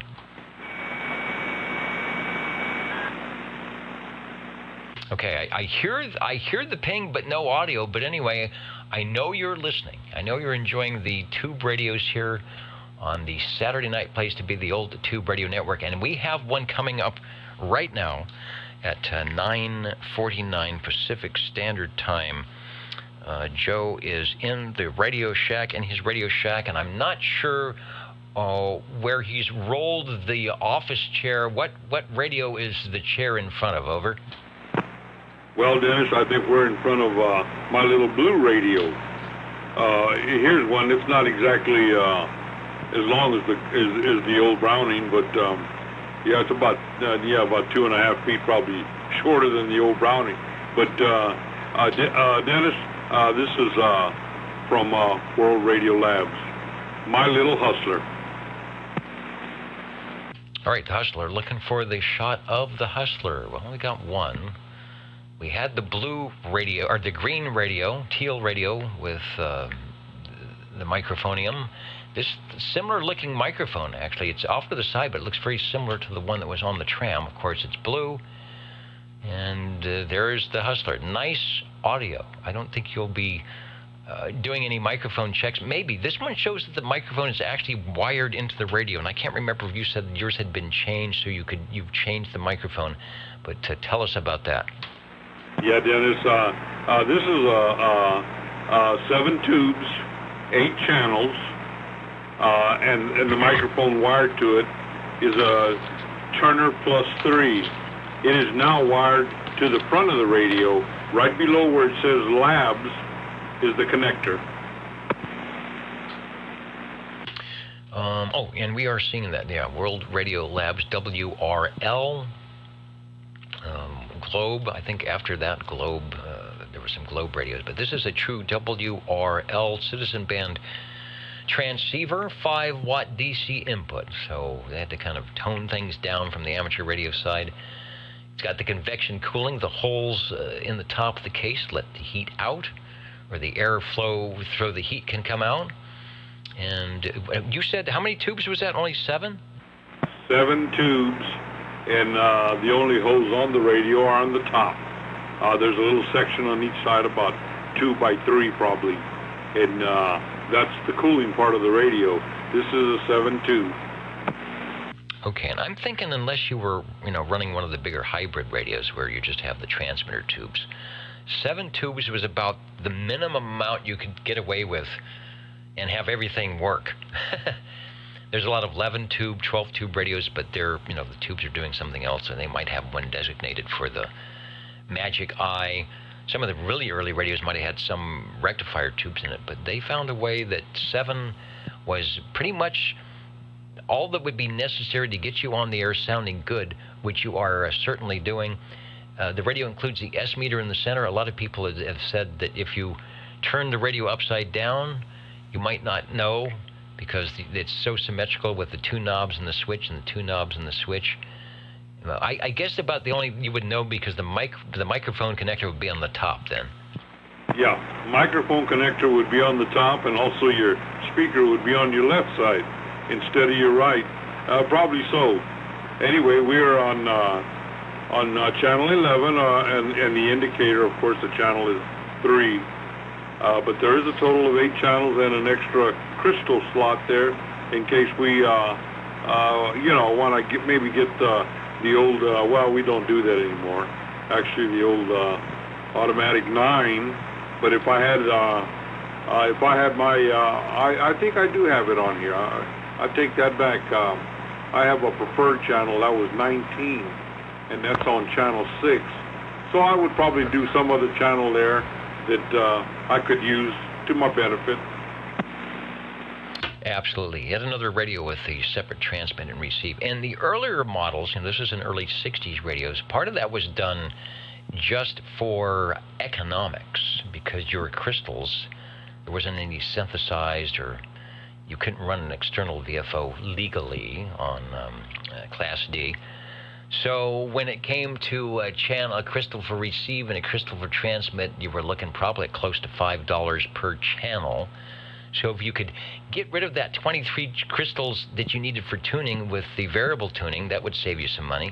And of course, if you weren't a full 23 channel radio, you'd supply 1 or 2 on the sale, and then hope that the operator would come back into your shop and buy some extras, like some microphones or those other channels they might need for a couple of bucks. So there it was. But they always gave typically an external crystal socket, especially when you had a tuner, so that you could flip a switch and get right on frequency on the receive without having to dial things in. And you are right on frequency. I didn't check the frequency. I might do that on your next transmission. Well, okay.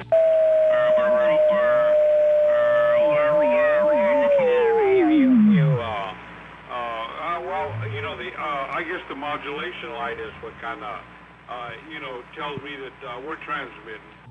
Other than that, I can't go by I see the meter.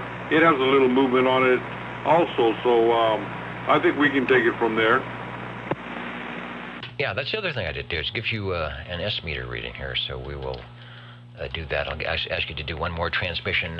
Frequency at 27084.4.5, so about 500 or so cycles. On the low side, seems like most crystals and knowledgeable people will probably know why that is, but it seems like most crystals go low when they go off frequency. Not all of them, but there might be a reason for that.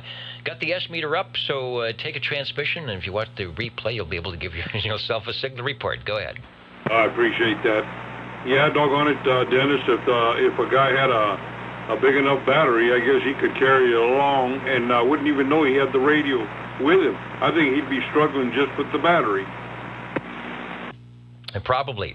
All right, 10 over S9, modulation goes a little bit above and a little bit below the 10 over mark, and good forward modulation, so it's working nice.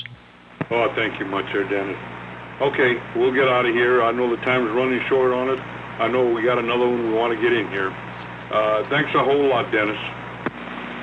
And thank you for radio number 4 tonight. That's Joe on the World Radio Labs radio called The Hustler. Of course, Joe's handle is The Hustler, not taken from the radio. I told a story a couple of weeks ago about the station I talked to when I first got my first CB radio in high school, where the guy's name, it was Contact, and he was on a Contact radio, and it's because he didn't, when someone asked him what his handle was, he didn't know, and he looked down at the radio, and that was the first word that popped up. So that would be a good story. If somebody asked you why you're the Hustler, you could say that, but I know there's a different story to that. So the Old Tube Radio Network, looking for Radio 5. Jingle singers are ready to go. What do they say? Ruth Chris Steaks in the green room? No wonder it's low tonight. Everybody's out getting champagne and steak out in the green room tonight. You're listening to the Old Tube Radio Network. How do you do, ladies and gentlemen? Greetings to you, wherever you are. The friendliest station for you by far is known to all as OTR, the Old Tube Radio Network. The station for you is OTR. In our time remaining, we are standing by and listening for radio number 5 on the Old Tube Radio Network. Hey, and there is 45. Paul, can you hear me down here in Midtown Fresno? Over.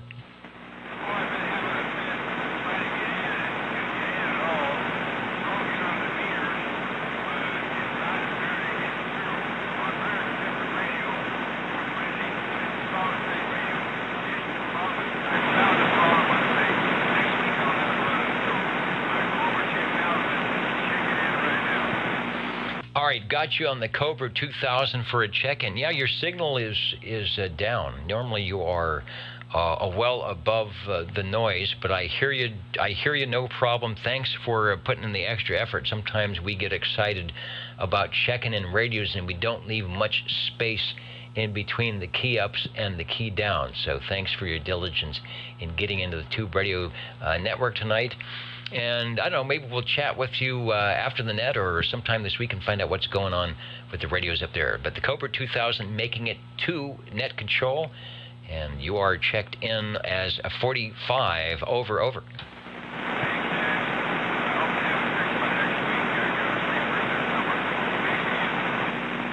All right, I know how it is when there are technical difficulties. I usually have my hands full hours before the program, before the net here, chasing down my technical difficulties, as I did tonight. I had to change back to the Heil microphone because the one I wanted to use for some reason would not play on AM on this frequency, so it required a lot of kind of rewiring and putting things back. But I like the Heil microphone. It's a good microphone. It works well, plays on all bands, all frequencies. Plus, I finally got... That's interesting. I finally got the pop filter on there, so I got to show that off too. The old Tube Radio Network will be counting and amounting soon, but there's still time to check in and get a radio on the list. So do you want to number 7? Yes, I do. 7, hang on once. We'll get you in the air chair in a moment. Where is the Robin T123B? Over. 113 out of favor. Your signal came up a little bit, but it dropped again, but then it came back up, so the conditions out here are weird. We've got a lot of orange fans blowing right now, so they're doing something weird to my signal. Yeah, you know, we're far enough away that we're probably getting some ground wave and sky wave and all sorts of waves happening, and that happens to some of the radios, you know, some of the stations that are up the hill away. So yeah, take another transmission on the Robin. I'm hearing you okay. Over. Okay, copy that. I'm hearing another guy. I'm watching it also on YouTube, and I'm seeing their signal is really strong. I'm like, man, it must be in his backyard. But anyway, hey, thanks for the net again. This is pretty cool, listening to the radios, and then you put the picture up on the screen. That's pretty cool. So hey, thanks again for the net. All right, we'll put a shot of a Robin T123B. We'll put you down as Radio 5. That's the Panasonic chassis that was the favorite of just about everybody from 1972 to 1976, with the great plate modulation and the ability to sort of change the face depending on if you wanted a couple of lights here or some extra modulation there, but it worked well for a lot of stations, and Robin was one of the top ones coming in. Sounding good, nice, good audio. Like I said, the signal's not super strong, but of course with the Robin, the audio punches through, and that's why we love the old tube radios. Thanks for jumping into your Radio Shack tonight, Tom. It is good to hear you on the net. Okay, thanks again for running this net. It's pretty cool.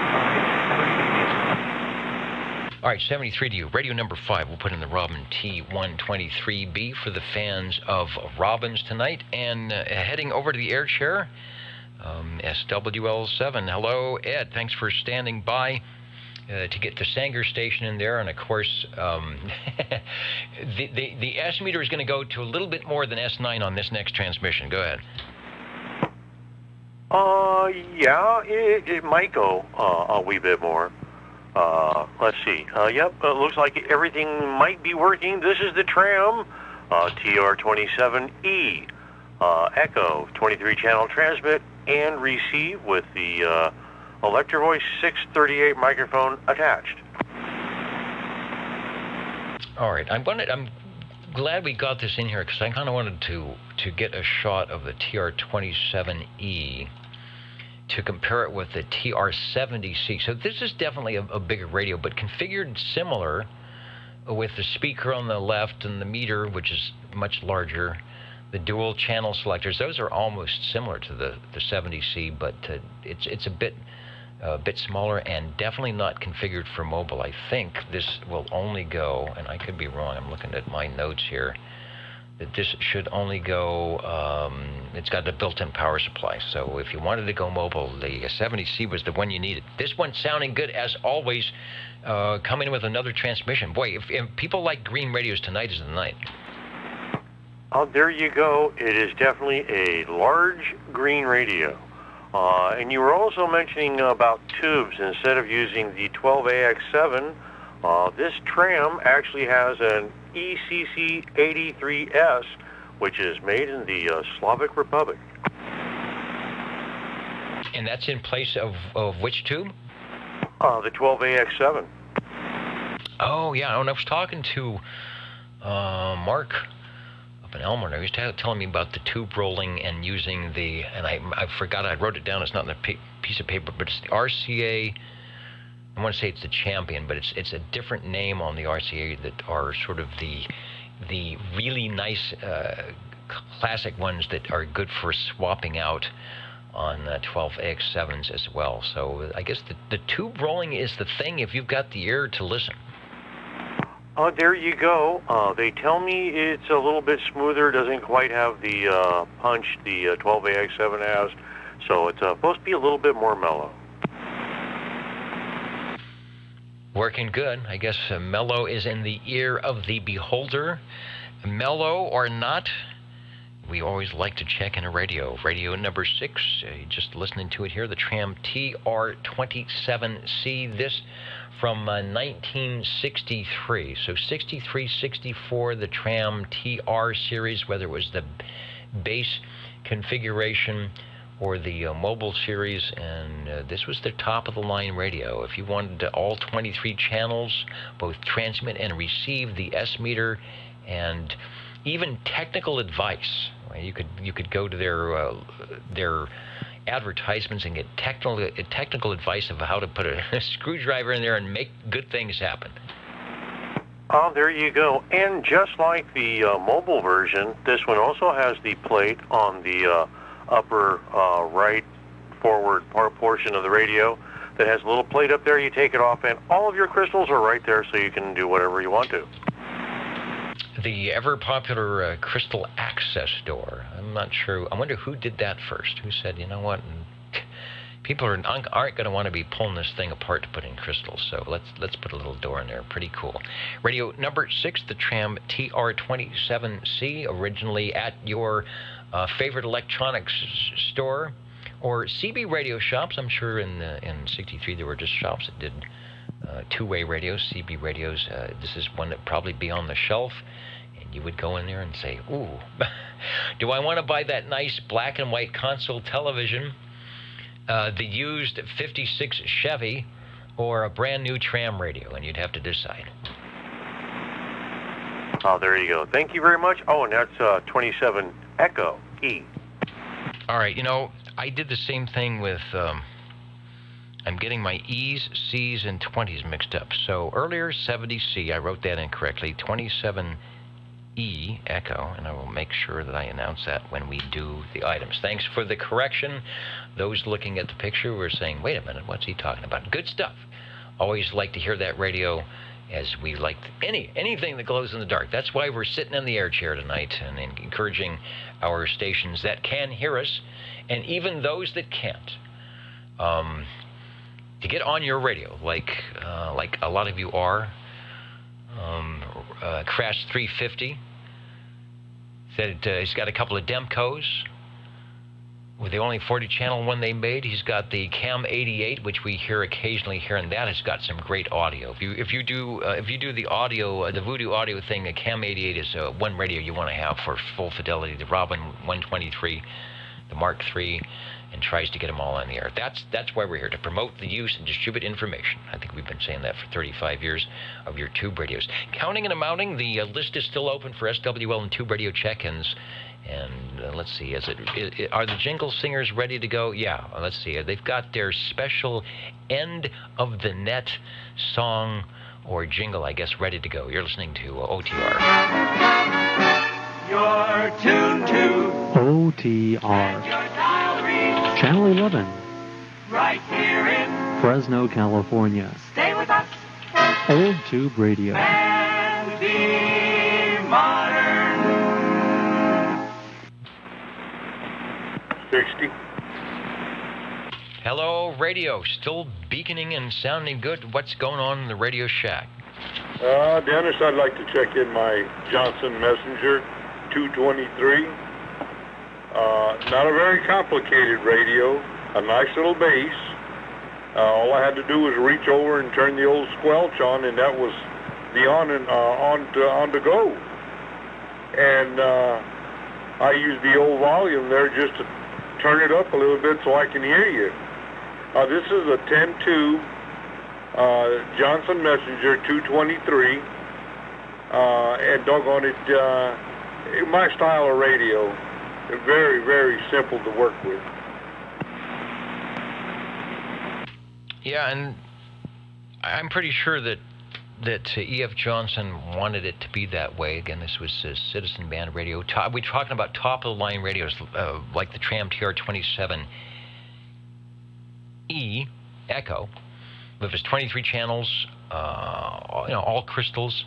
That was back in 1963. Come 1968, here's another top-of-the-line radio. Same thing, 23 channels, the S meter. And I'm pretty sure that this radio probably sold for less, I want to say much less, but less than the Tram did back 5 years earlier to get all the special stuff on it. Sounding good, and we'll put it down as radio number 7, and that will match. We had one check-in earlier, so take another transmission. The audio is perfect. Thank you much, sir, Dennis. Yeah, like I said, yeah, this is a 10-tuber, a very simple radio to operate. In fact, a great beginner's radio, well lit. And I see that I'm going to go over my speaker cage there. I've got the old shoe polish dabber ready to go. So as soon as I unkey this thing there and the radio cools down, I'm going to get the old dabber there and refreshing the speaker cage. Hey, thanks a whole lot, Dennis, for letting me check this one in.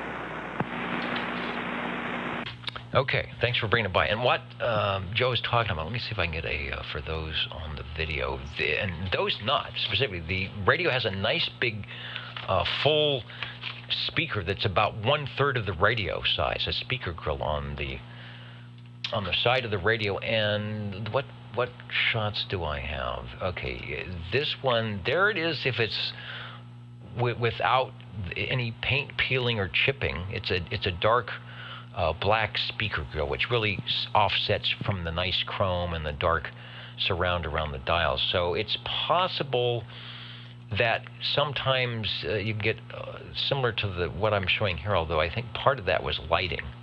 But part of that, you can see that the paint is actually peeled off, and you see the speaker grill underneath, which is also chrome. So I'm imagining that you could modify, you could take the entire paint off, you could take all the paint off and have a whole different look to that radio, but it would still look okay. It wouldn't be like it was missing anything, it'd just be a different color. But I think they did the offset just to make it pop out a little bit. But what he's going to do is take some, I guess the shoe polish, and you dab that in the dark, and it sits in there and colors over the metal, and it looks ready to go. You'll be able to take your EF Messenger Johnson 223 to church in the morning. Thanks for bringing it by. Thank you, Dennis, a whole lot there. Yeah, that dabber has a soft cushion in the front of it. When you shake it up good and mix it up, and very lightly, just dab the speaker, and the cage itself, and it colors in very nice, very neat. Don't press hard. You don't want to make it run. If you do, it's a easy cleanup. But other than that, you just go over it with a dabber, and you're good to go. Thanks a whole lot there, Dennis, and great job on the net.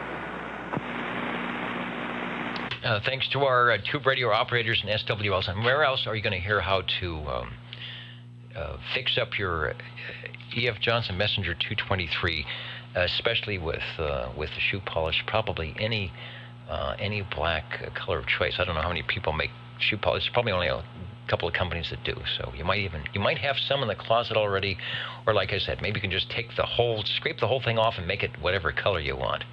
Should look pretty cool. OTR counting and amounting, and we'll be back with the totals here in just a moment. Still have some room for check-ins.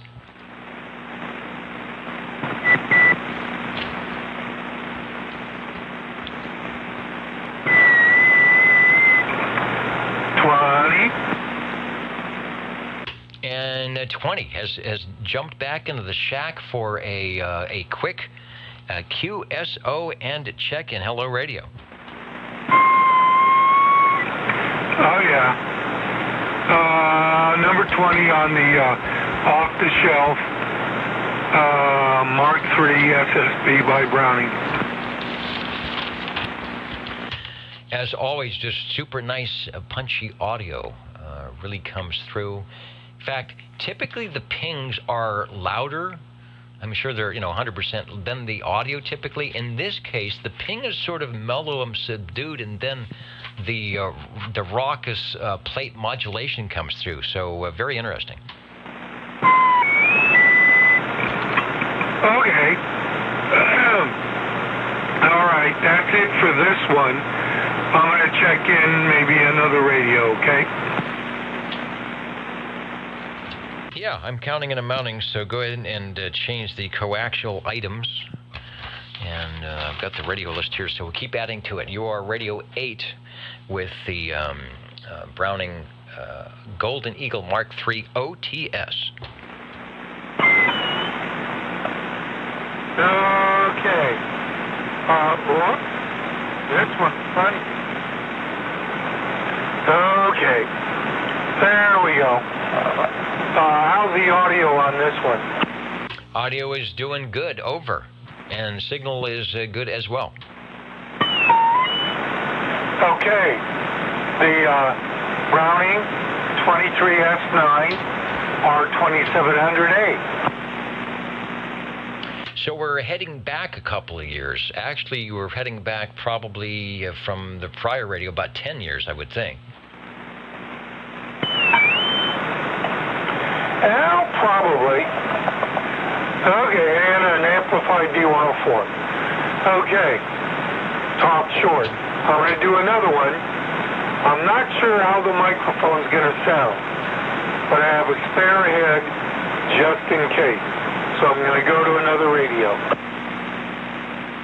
All right, heading to the radio, and that was the 23S9, which is the transmitter R2700A combination. I brought up the full-page ad, and apparently that was the two that you got together. There was the mobile, speaking of mobile radios, the Browning Drake was the mobile radio at the time that had the separate power supply and speaker arrangement. So as we were talking about earlier on the trams, if you got your license and you needed another radio and you wanted to buy a Browning, you'd be doing that. But if you had the base station, it would be the 2700A, and the 23S9 brings all channel operation to your base station, has the standing wave indicator, Pi network circuitry, TVI trap, spotting switch, and many other features that make it the talk of the airwaves. Also available the famous S9 and compact transmitters back in the early 1960s. Thanks to CB Horizons on page 45 of their magazine, and we're awaiting the next issue from Harvey. Oh. This one's feeding back. Oh, I know why. Hang on.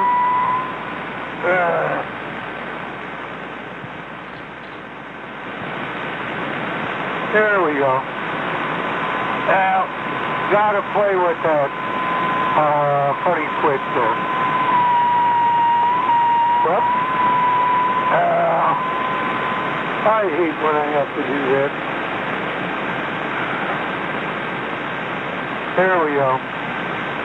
Is that a little better? You still sound good, and the oscillation, not ping, but the oscillation has de-oscillated itself.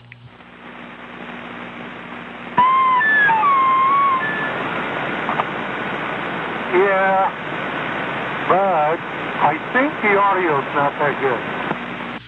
The audio isn't as clear.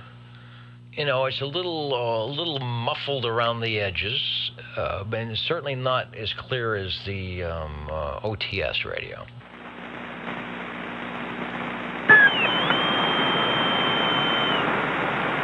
Now that ought to be a little better. That is a little better. So which flavor of Browning are you on at the moment? I'm on the S9 R2700 receiver.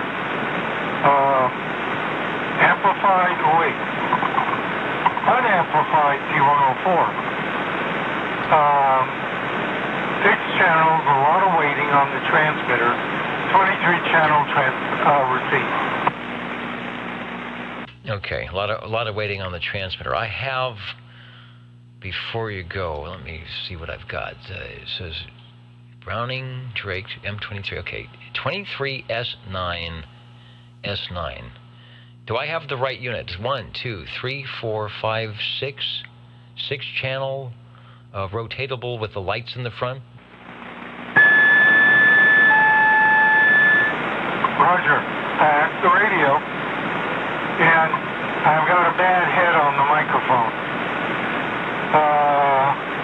And it puts out a lot more than the 23S9 because I haven't adjusted it, so I had to lower the modulator. And the modulator's 2 feet away, and I had to walk around to get to it. Hence the feedback. Anyway, yeah, I have to put a new cartridge in the head of the microphone there. But I kind of was semi-prepared for that. I wasn't sure if I had changed it yet, and I had not. Okay, one more to go. Okay. Cornbread cracks me up. Did someone say Fresno? I think that was that from the miniseries? I don't know. And I'm just looking at the close-up picture. We realize these are early 60s radios, and the way Brownings looked in, 1972 on the Mark III, this is almost like homebrew to me, with the cabinet and, let's put a couple of 2-tones, and we could put the switches in here and, put the lights on. I mean, not that it's bad, but it's such a far cry from the really, well-designed. We paid, some engineer or some designer to figure this front panel out and do what we need to do. This is, it looks like the parts box with the lights in it, and it's cool. This is early CB radios. They were figuring it out and making it up as they go, and the radios weren't. There were still radios then, but for Class D 11 meter, it's sort of like, what's the market? Do we need lights? Do we need flashing lights? Do we need more channels? Do we need an S meter? Do we have to have a place to put your call in there? Should it be big? Should it be little? What color? All these things they were trying to figure out in the early days to grab the market. So pretty cool stuff. The Old Tube Radio Network, counting and amounting, and listening for a radio or two more before we sign out here. I know it's late. Thanks for staying up late Sunday morning at places, or maybe you are watching the replay, doing the smart thing, going to bed and watching or listening to the replay on the radio. Thanks for that. OTR standing by.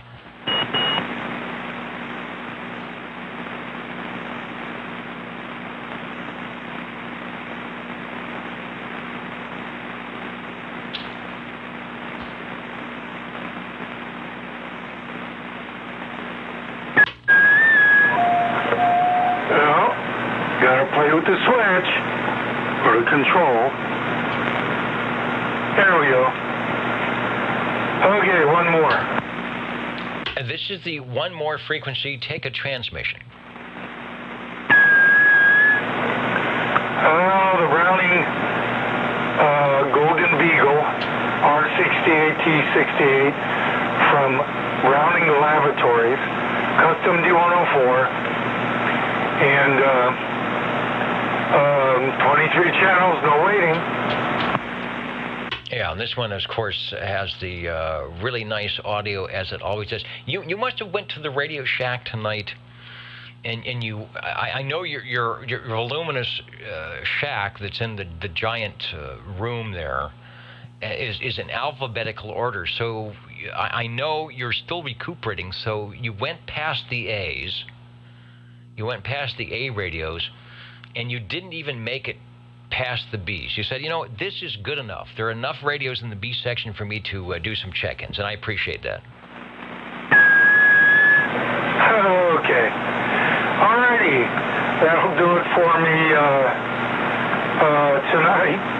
I'll have something a little different next week. Okay, different is always good. The old Tube Radio Network, we've seen a lot of different in 35 years, and I'm always amazed when we actually do get something that's never checked in before. It's always a treat. But the standards always are nice to come by. Browning Golden Eagle R68 and Browning Golden Beagle, I'll get this right, Browning Lavatories R68 T68, the radio that preceded the Browning Mark II, came after the Eagle, and the first one to be called the Golden Eagle. Thanks for bringing it by. All right, anybody else on OTR tonight before we go ahead and sign out here and say 73 and hello radio, or is it goodbye radio?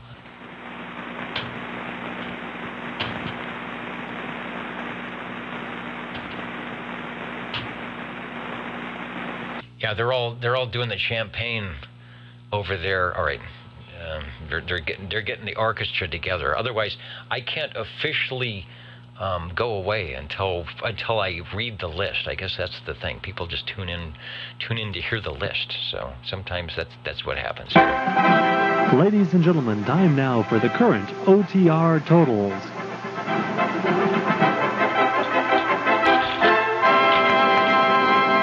The current and final totals on your old Tube Radio Network. The trusty Heil PR40 back in line tonight. I've actually missed this radio. Maybe this should be the old Tube Radio microphone, if I can figure out a way to do dual microphones. It may be if I can't figure out what the problem is with getting the other one to work. We had on the SWL side, I got to add in all my check-ins, 43, 33, 76 on the SWL check-in list. People just stopping by, and there's tons more of you that stopped by that aren't on any list. Do you need to be on a list? No. Glad that you stopped by and say hello to us. I'm just trying to check my other screen here to see if there's any comments I need to address, comment on. Nice to see all of you out there tonight.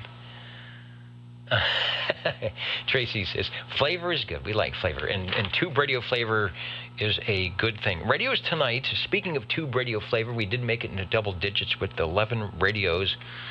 And I thought the Johnsons might be the most heard manufacturer, but of course, Harvey never made it past the B's into the E.F. Johnson radios. So here we go. It sounds like the Brownings were the most heard manufacturer, but any radio is a good radio here on the Tube Radio Network. Starting off tonight with the Messenger 223. That's from Mr. Ed, the one with the double nickels and the LEDs. Sounding good. Radio number 2 was Green Arrow in his mobile on the mobile tram TR70 Charlie. Sounding pretty good with the stock microphonium and the Wilson antenna out underneath the trees, beaconing well over S9 here in the Midtown Fresno. Radio number 3, Mr. Ed and the Browning Golden Eagle Mark III SSB. And radio number 4, Joe was on the World Radio Labs Hustler antenna, or Hustler, not I don't know if he has Hustler antenna. I could probably do that as well, but the Hustler radio. Radio number 5. Good to see Tom, SWL 113. Congratulations, Tom, on the appointment to the board of directors, or whatever it might be up there at the radio club. They will not be sorry that you are there. I'm sure you'll do a great job and do wondrous things. Sounding good on the FM Friday net. Sounding good tonight. Glad you stepped into the radio room and fired up the Robin T123B. That's been on the shelf a long time. I bet that had the old tube radio aroma as the heat was burning off a little bit of the dust on those tubes. That's the good radio smell. That's the kind that's okay when you turn on the radio.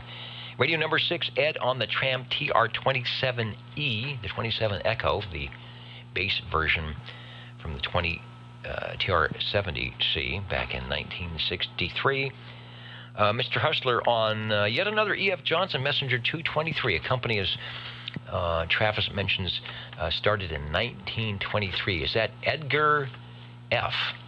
We used to call him Elmer Fudd Johnson, but I believe that's Edgar F. Johnson. We'll have to go through. We've featured that a couple of times, but may have to go back through the history on E.F. Johnson.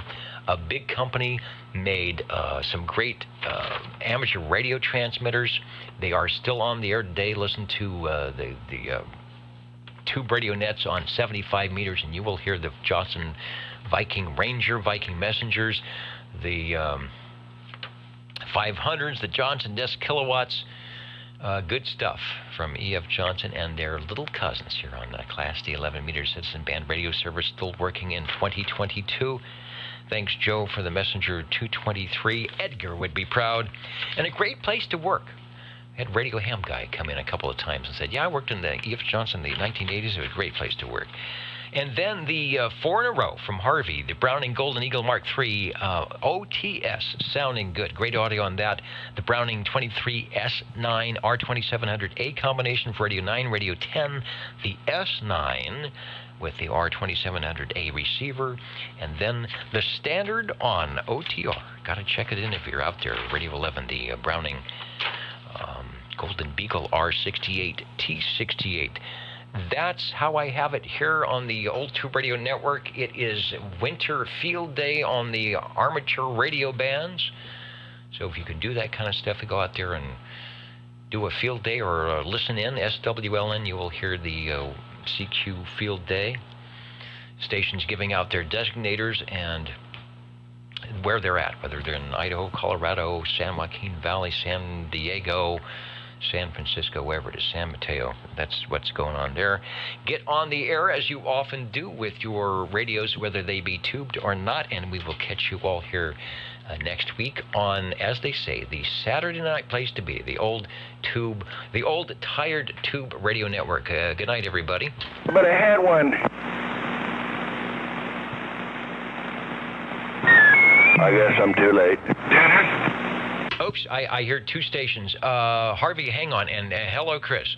Hello, General Radio Super MC11A, 24-channel tuber, glows in dark original microphone, over. Well, you know me. I'm not one to turn down a radio when it presents itself. So since you've taken the time to bring it by, and it is one of the radio favorites, one of the SWL favorites here, I'll get a photo of that. Also, you got a shout out. Let me get the picture up here. Radio at S meter. Oh, I've got to click. I've got to do many things. I click the button to get the radio and take another transmission. Okay, sit in the chair. You got time. We got time for another transmission and a key up or a key down. Go ahead. Well, it actually this here is down on the bottom side, so that, I guess you call that key down. Over. Yeah, that's. I think that's what we would call it. I'm looking here to see. Oh, I don't have my page. And I was looking to see if I could find out. You got a shout out from. Oh, okay, yeah, from Ellen. Actually, not from Ellen, but it's from Northwestern Illinois. Saying hello to you. It's Jim, 690. There it is. I'm looking for the name. I think you guys chat on 38 lower. Says they often tune into the Old Tube Radio Network, and they can't wait for that radio to check in. Well, thank you out there. Where was you at now? I forgot again. What? 690 up there in Northwestern Illinois. Okay, yeah, all right. Yeah, I remember talking to him about a week or so ago, I guess, something like that. But yeah, I right back to you. Good evening time to you. I know it's late there, but hey, thank you for the holler. And I wish we could get some conditions to get them in here, but you just never know. So maybe I'll get on 38 lower and see if I can, when the conditions are running, can't get a shout out to 690 and the group out there in Northwestern Illinois. All right, you're sounding good. You are radio number. Oops, what radio number are you? Radio number 12. Oh, okay, well, I missed it by one. Anyway, I wanted to make an announcement. As you know, I did have to go in for an angio here last weekend. Roger? Yes, indeed, over. All right, well, I am walking better now, but I go in Thursday to a vascular surgeon. They are going to still do the surgery on my leg. Okay, so whatever they looked at said that's the best way to go? Yeah, they cleaned out some of the plaque or whatever it is in there, but they're afraid to go any more on it, so I go see a vascular surgeon. They're going to see what they can do with it. All right, and the good thing is it's the 21st century 2022. Methods and modes are well advanced from what they were 15, 20, 25 years ago, so you'll be in good hands. Well, I hope so. But, you know, I've had a whole bunch of stuff since, October, November, all the way up until now, back and forth to the doctors over all this stuff, cancer, everything else. So, eventually I'm going to be robotic. You're going to be the android check-in. Well, just remember, like Dr. J, just remember to check your batteries and you'll be good. Absolutely. Well, I've still got 13 years or more on it. Absolutely. So that's what I said. We'll be checking radios in for a long, long time. Thanks for stopping by, and take it easy, and we'll check you next week. You betcha. That's what I will be doing. And hello, Harvey.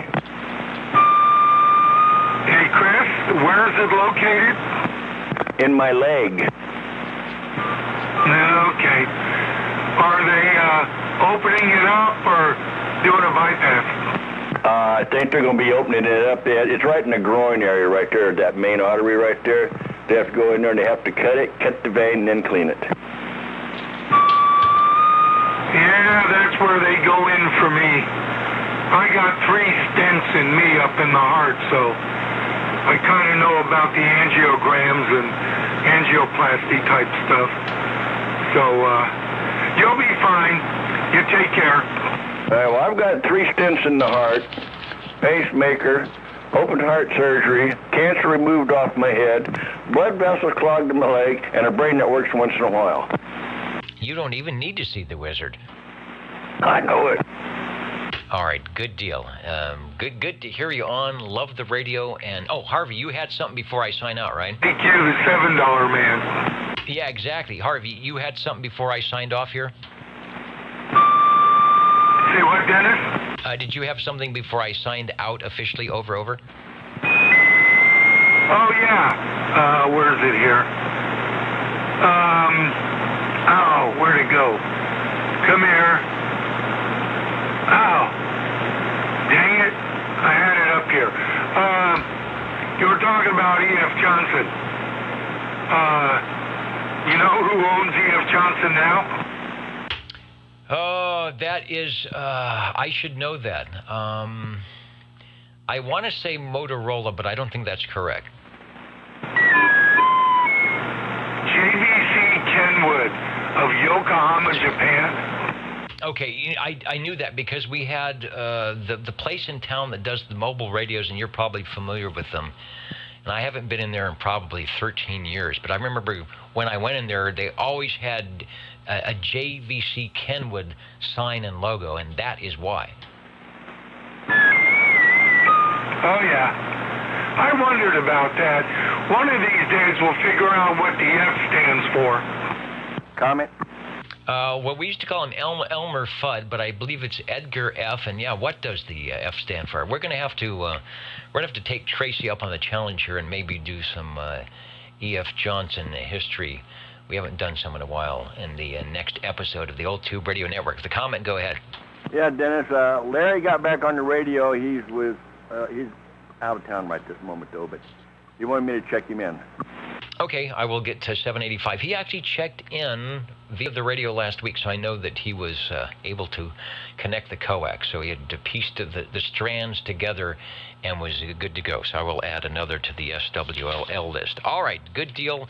Thanks, everybody. I know it's late, or it's early, or it's not even today. You're watching the replay or listening to the audio, or perhaps you are listening on the super-duper long path. And the signal is just coming in. It is January 29th, 2022. The Old Tube Radio Network still going. Can you believe it? I can. Good night, everybody. Good night, Dennis and Harvey. Yep. I got the apples. Okay. You know what I'm talking about, right? I'm not sure. I was talking about a microphone here a couple of weeks back, or last month or something like that. You said just so I had an ample. I've got a couple of them. The wiring. You're going to have to remind me. I forget. The wiring on a microphone. Okay. For which radio? My, Jim Marine Products, tuber. D104? Yes, sir. Okay. I'll get it for you. All right. Yeah, appreciate it. And thank you, Dennis. Harvey, you know, we really enjoy you people a whole lot. More than what you guys could ever imagine, but we do want you to know that. Thank you. I enjoy you. Don't let your wife know. Well, she's over there listening. How am I going to tell her you didn't say it? Oh, okay. All right, Harvey. Thank you.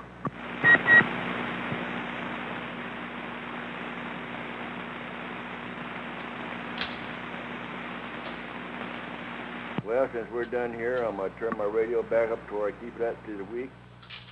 85 lower side, and I'm going to turn it off after I get there, I guess, maybe.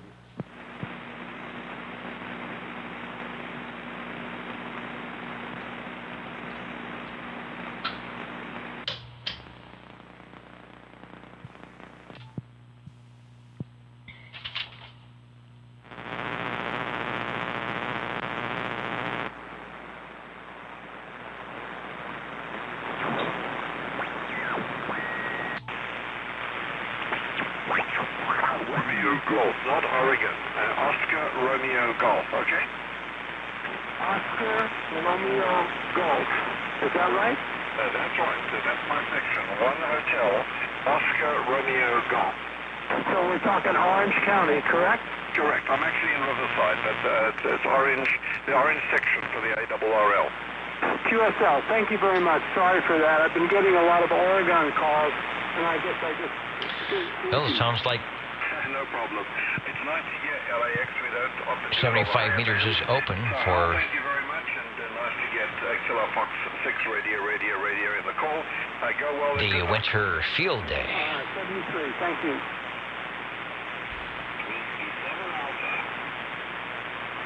And that's on a 40-meter antenna. So... probably could hear a lot better. CQ Field Day, CQ Field Day. This is Kilo Foxtrot 6, Romeo. And it looks like they got a pile up on the Romeos. Good night, everybody, on your old tube radio network. It's time to find some Ovaltine and something besides the seersucker jacket. Germany, 6, Bravo. Okay, one more time. I'm getting a little help here from WebSCR. Go ahead. Kilo, Germany, 6, Bravo, Oscar, uniform. Kilo, Germany, 6, Bravo, Oscar, uniform.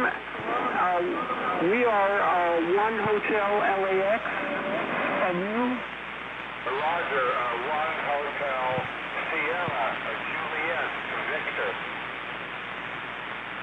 1 Hotel Sierra, Juliet, Victor. Yeah, the band is still short hearing LAX and the San Joaquin Valley. Normally this time of night, the band is way longer. Do I copy Whiskey 7 Alpha? Roger. We are 1 Hotel LAX. QSL, please copy 2 Oscar, Alpha Zulu, Arizona. Good luck in the contest. Nice to talk to you. Good luck, 7:30.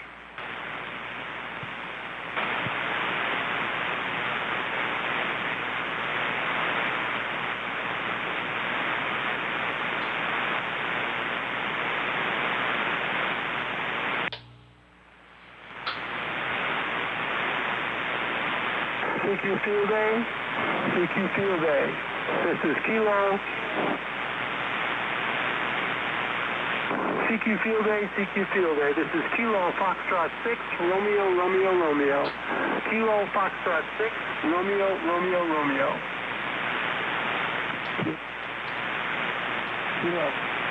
Kilo Foxtrot 6, Romeo, Romeo, Romeo.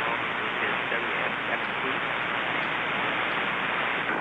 WX7T. Whiskey Sierra 7 Tango. Whiskey Sierra 7 Tango. We are 1 Hotel LAX. All right, thanks for contact. Where's your location? Pasadena, California. All right, we're not too far away. Arizona. Thanks for the contact. By the way, you're my first contact. Wow, I should have bought some ICOM stock. Everybody's got a 7300. We're using a ICOM 775 DSC. That is a 20 radio, puts out 200 watts. Well, you're doing, I didn't check your signal, but I'm sure it's 9 plus. I hope so, but you've got, one of the things I notice about the 7300 is it's crisper. The voice is crisper.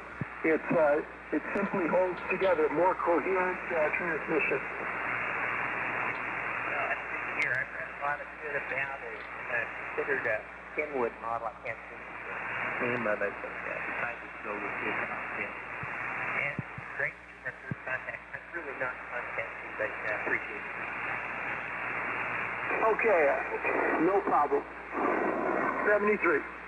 73. Have a nice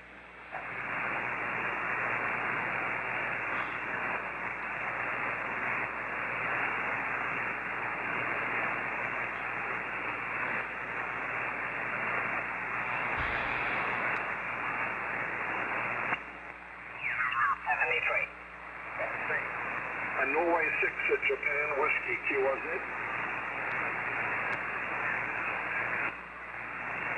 CQ Field Day, CQ the Winter Field Day, November 6, Japan Whiskey. CQ Field Day, CQ the Winter Field Day, November 6, Japan Whiskey.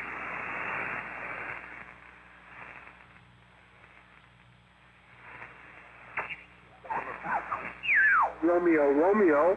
We are 1 Hotel LAX. Japan, Washington, QRZ. Whiskey 6 Alpha Golf Zulu. Whiskey 6 Alpha Golf Zulu, thank you. 1 Hotel Orange. Roger, roger. You are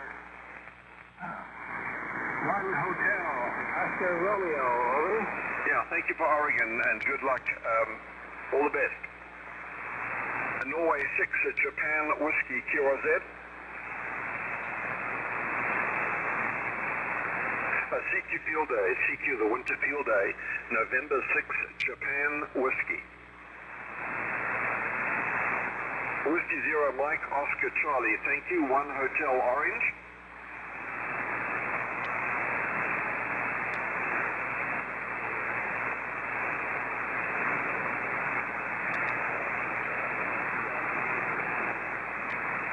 Roger, roger. It is November 6, Juliet Whiskey.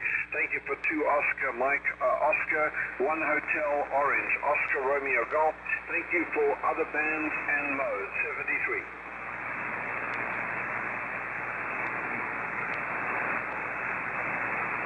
Oh, there's a lot of advantages to the ground and a lot of advantages to putting them east and west instead of south because you can keep the angle really high and the snow slides off easily. At least up here, I've been watching it, and I got like 2 feet of snow that one day, and by 11 a.m. it was still sliding off. And so much snow slid off the panels, it was like 3 feet deep in front of the panels, and the bottom 1 foot was covered up by the snow that was coming off them. So at least I could walk out there and basically just push the snow off the bottom of the panels rather than try to drag it off from a low angle panel pointing south. Roger. I got the Walter from you. Give me a bunch of those.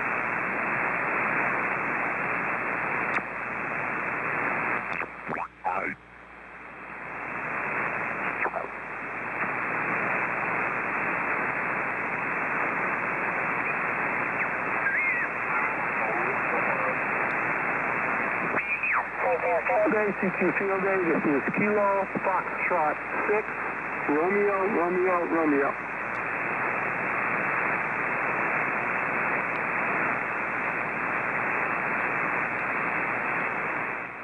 And that's a heck of a lot of Romeos. Good night, everybody, from your old tube radio network.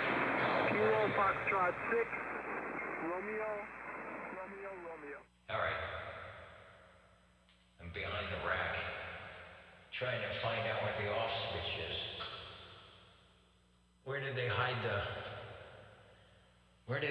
off switch? I know it's here somewhere. Let me see what happens. I don't know, it's kind of dark back here. Let me see if this is gonna do it. Let me see if I pull out this plug, maybe it'll turn stuff off. I don't know what's happening here. Good night from the old Tube Radio Network. Man, this thing, who plugged this in? It won't even come out of the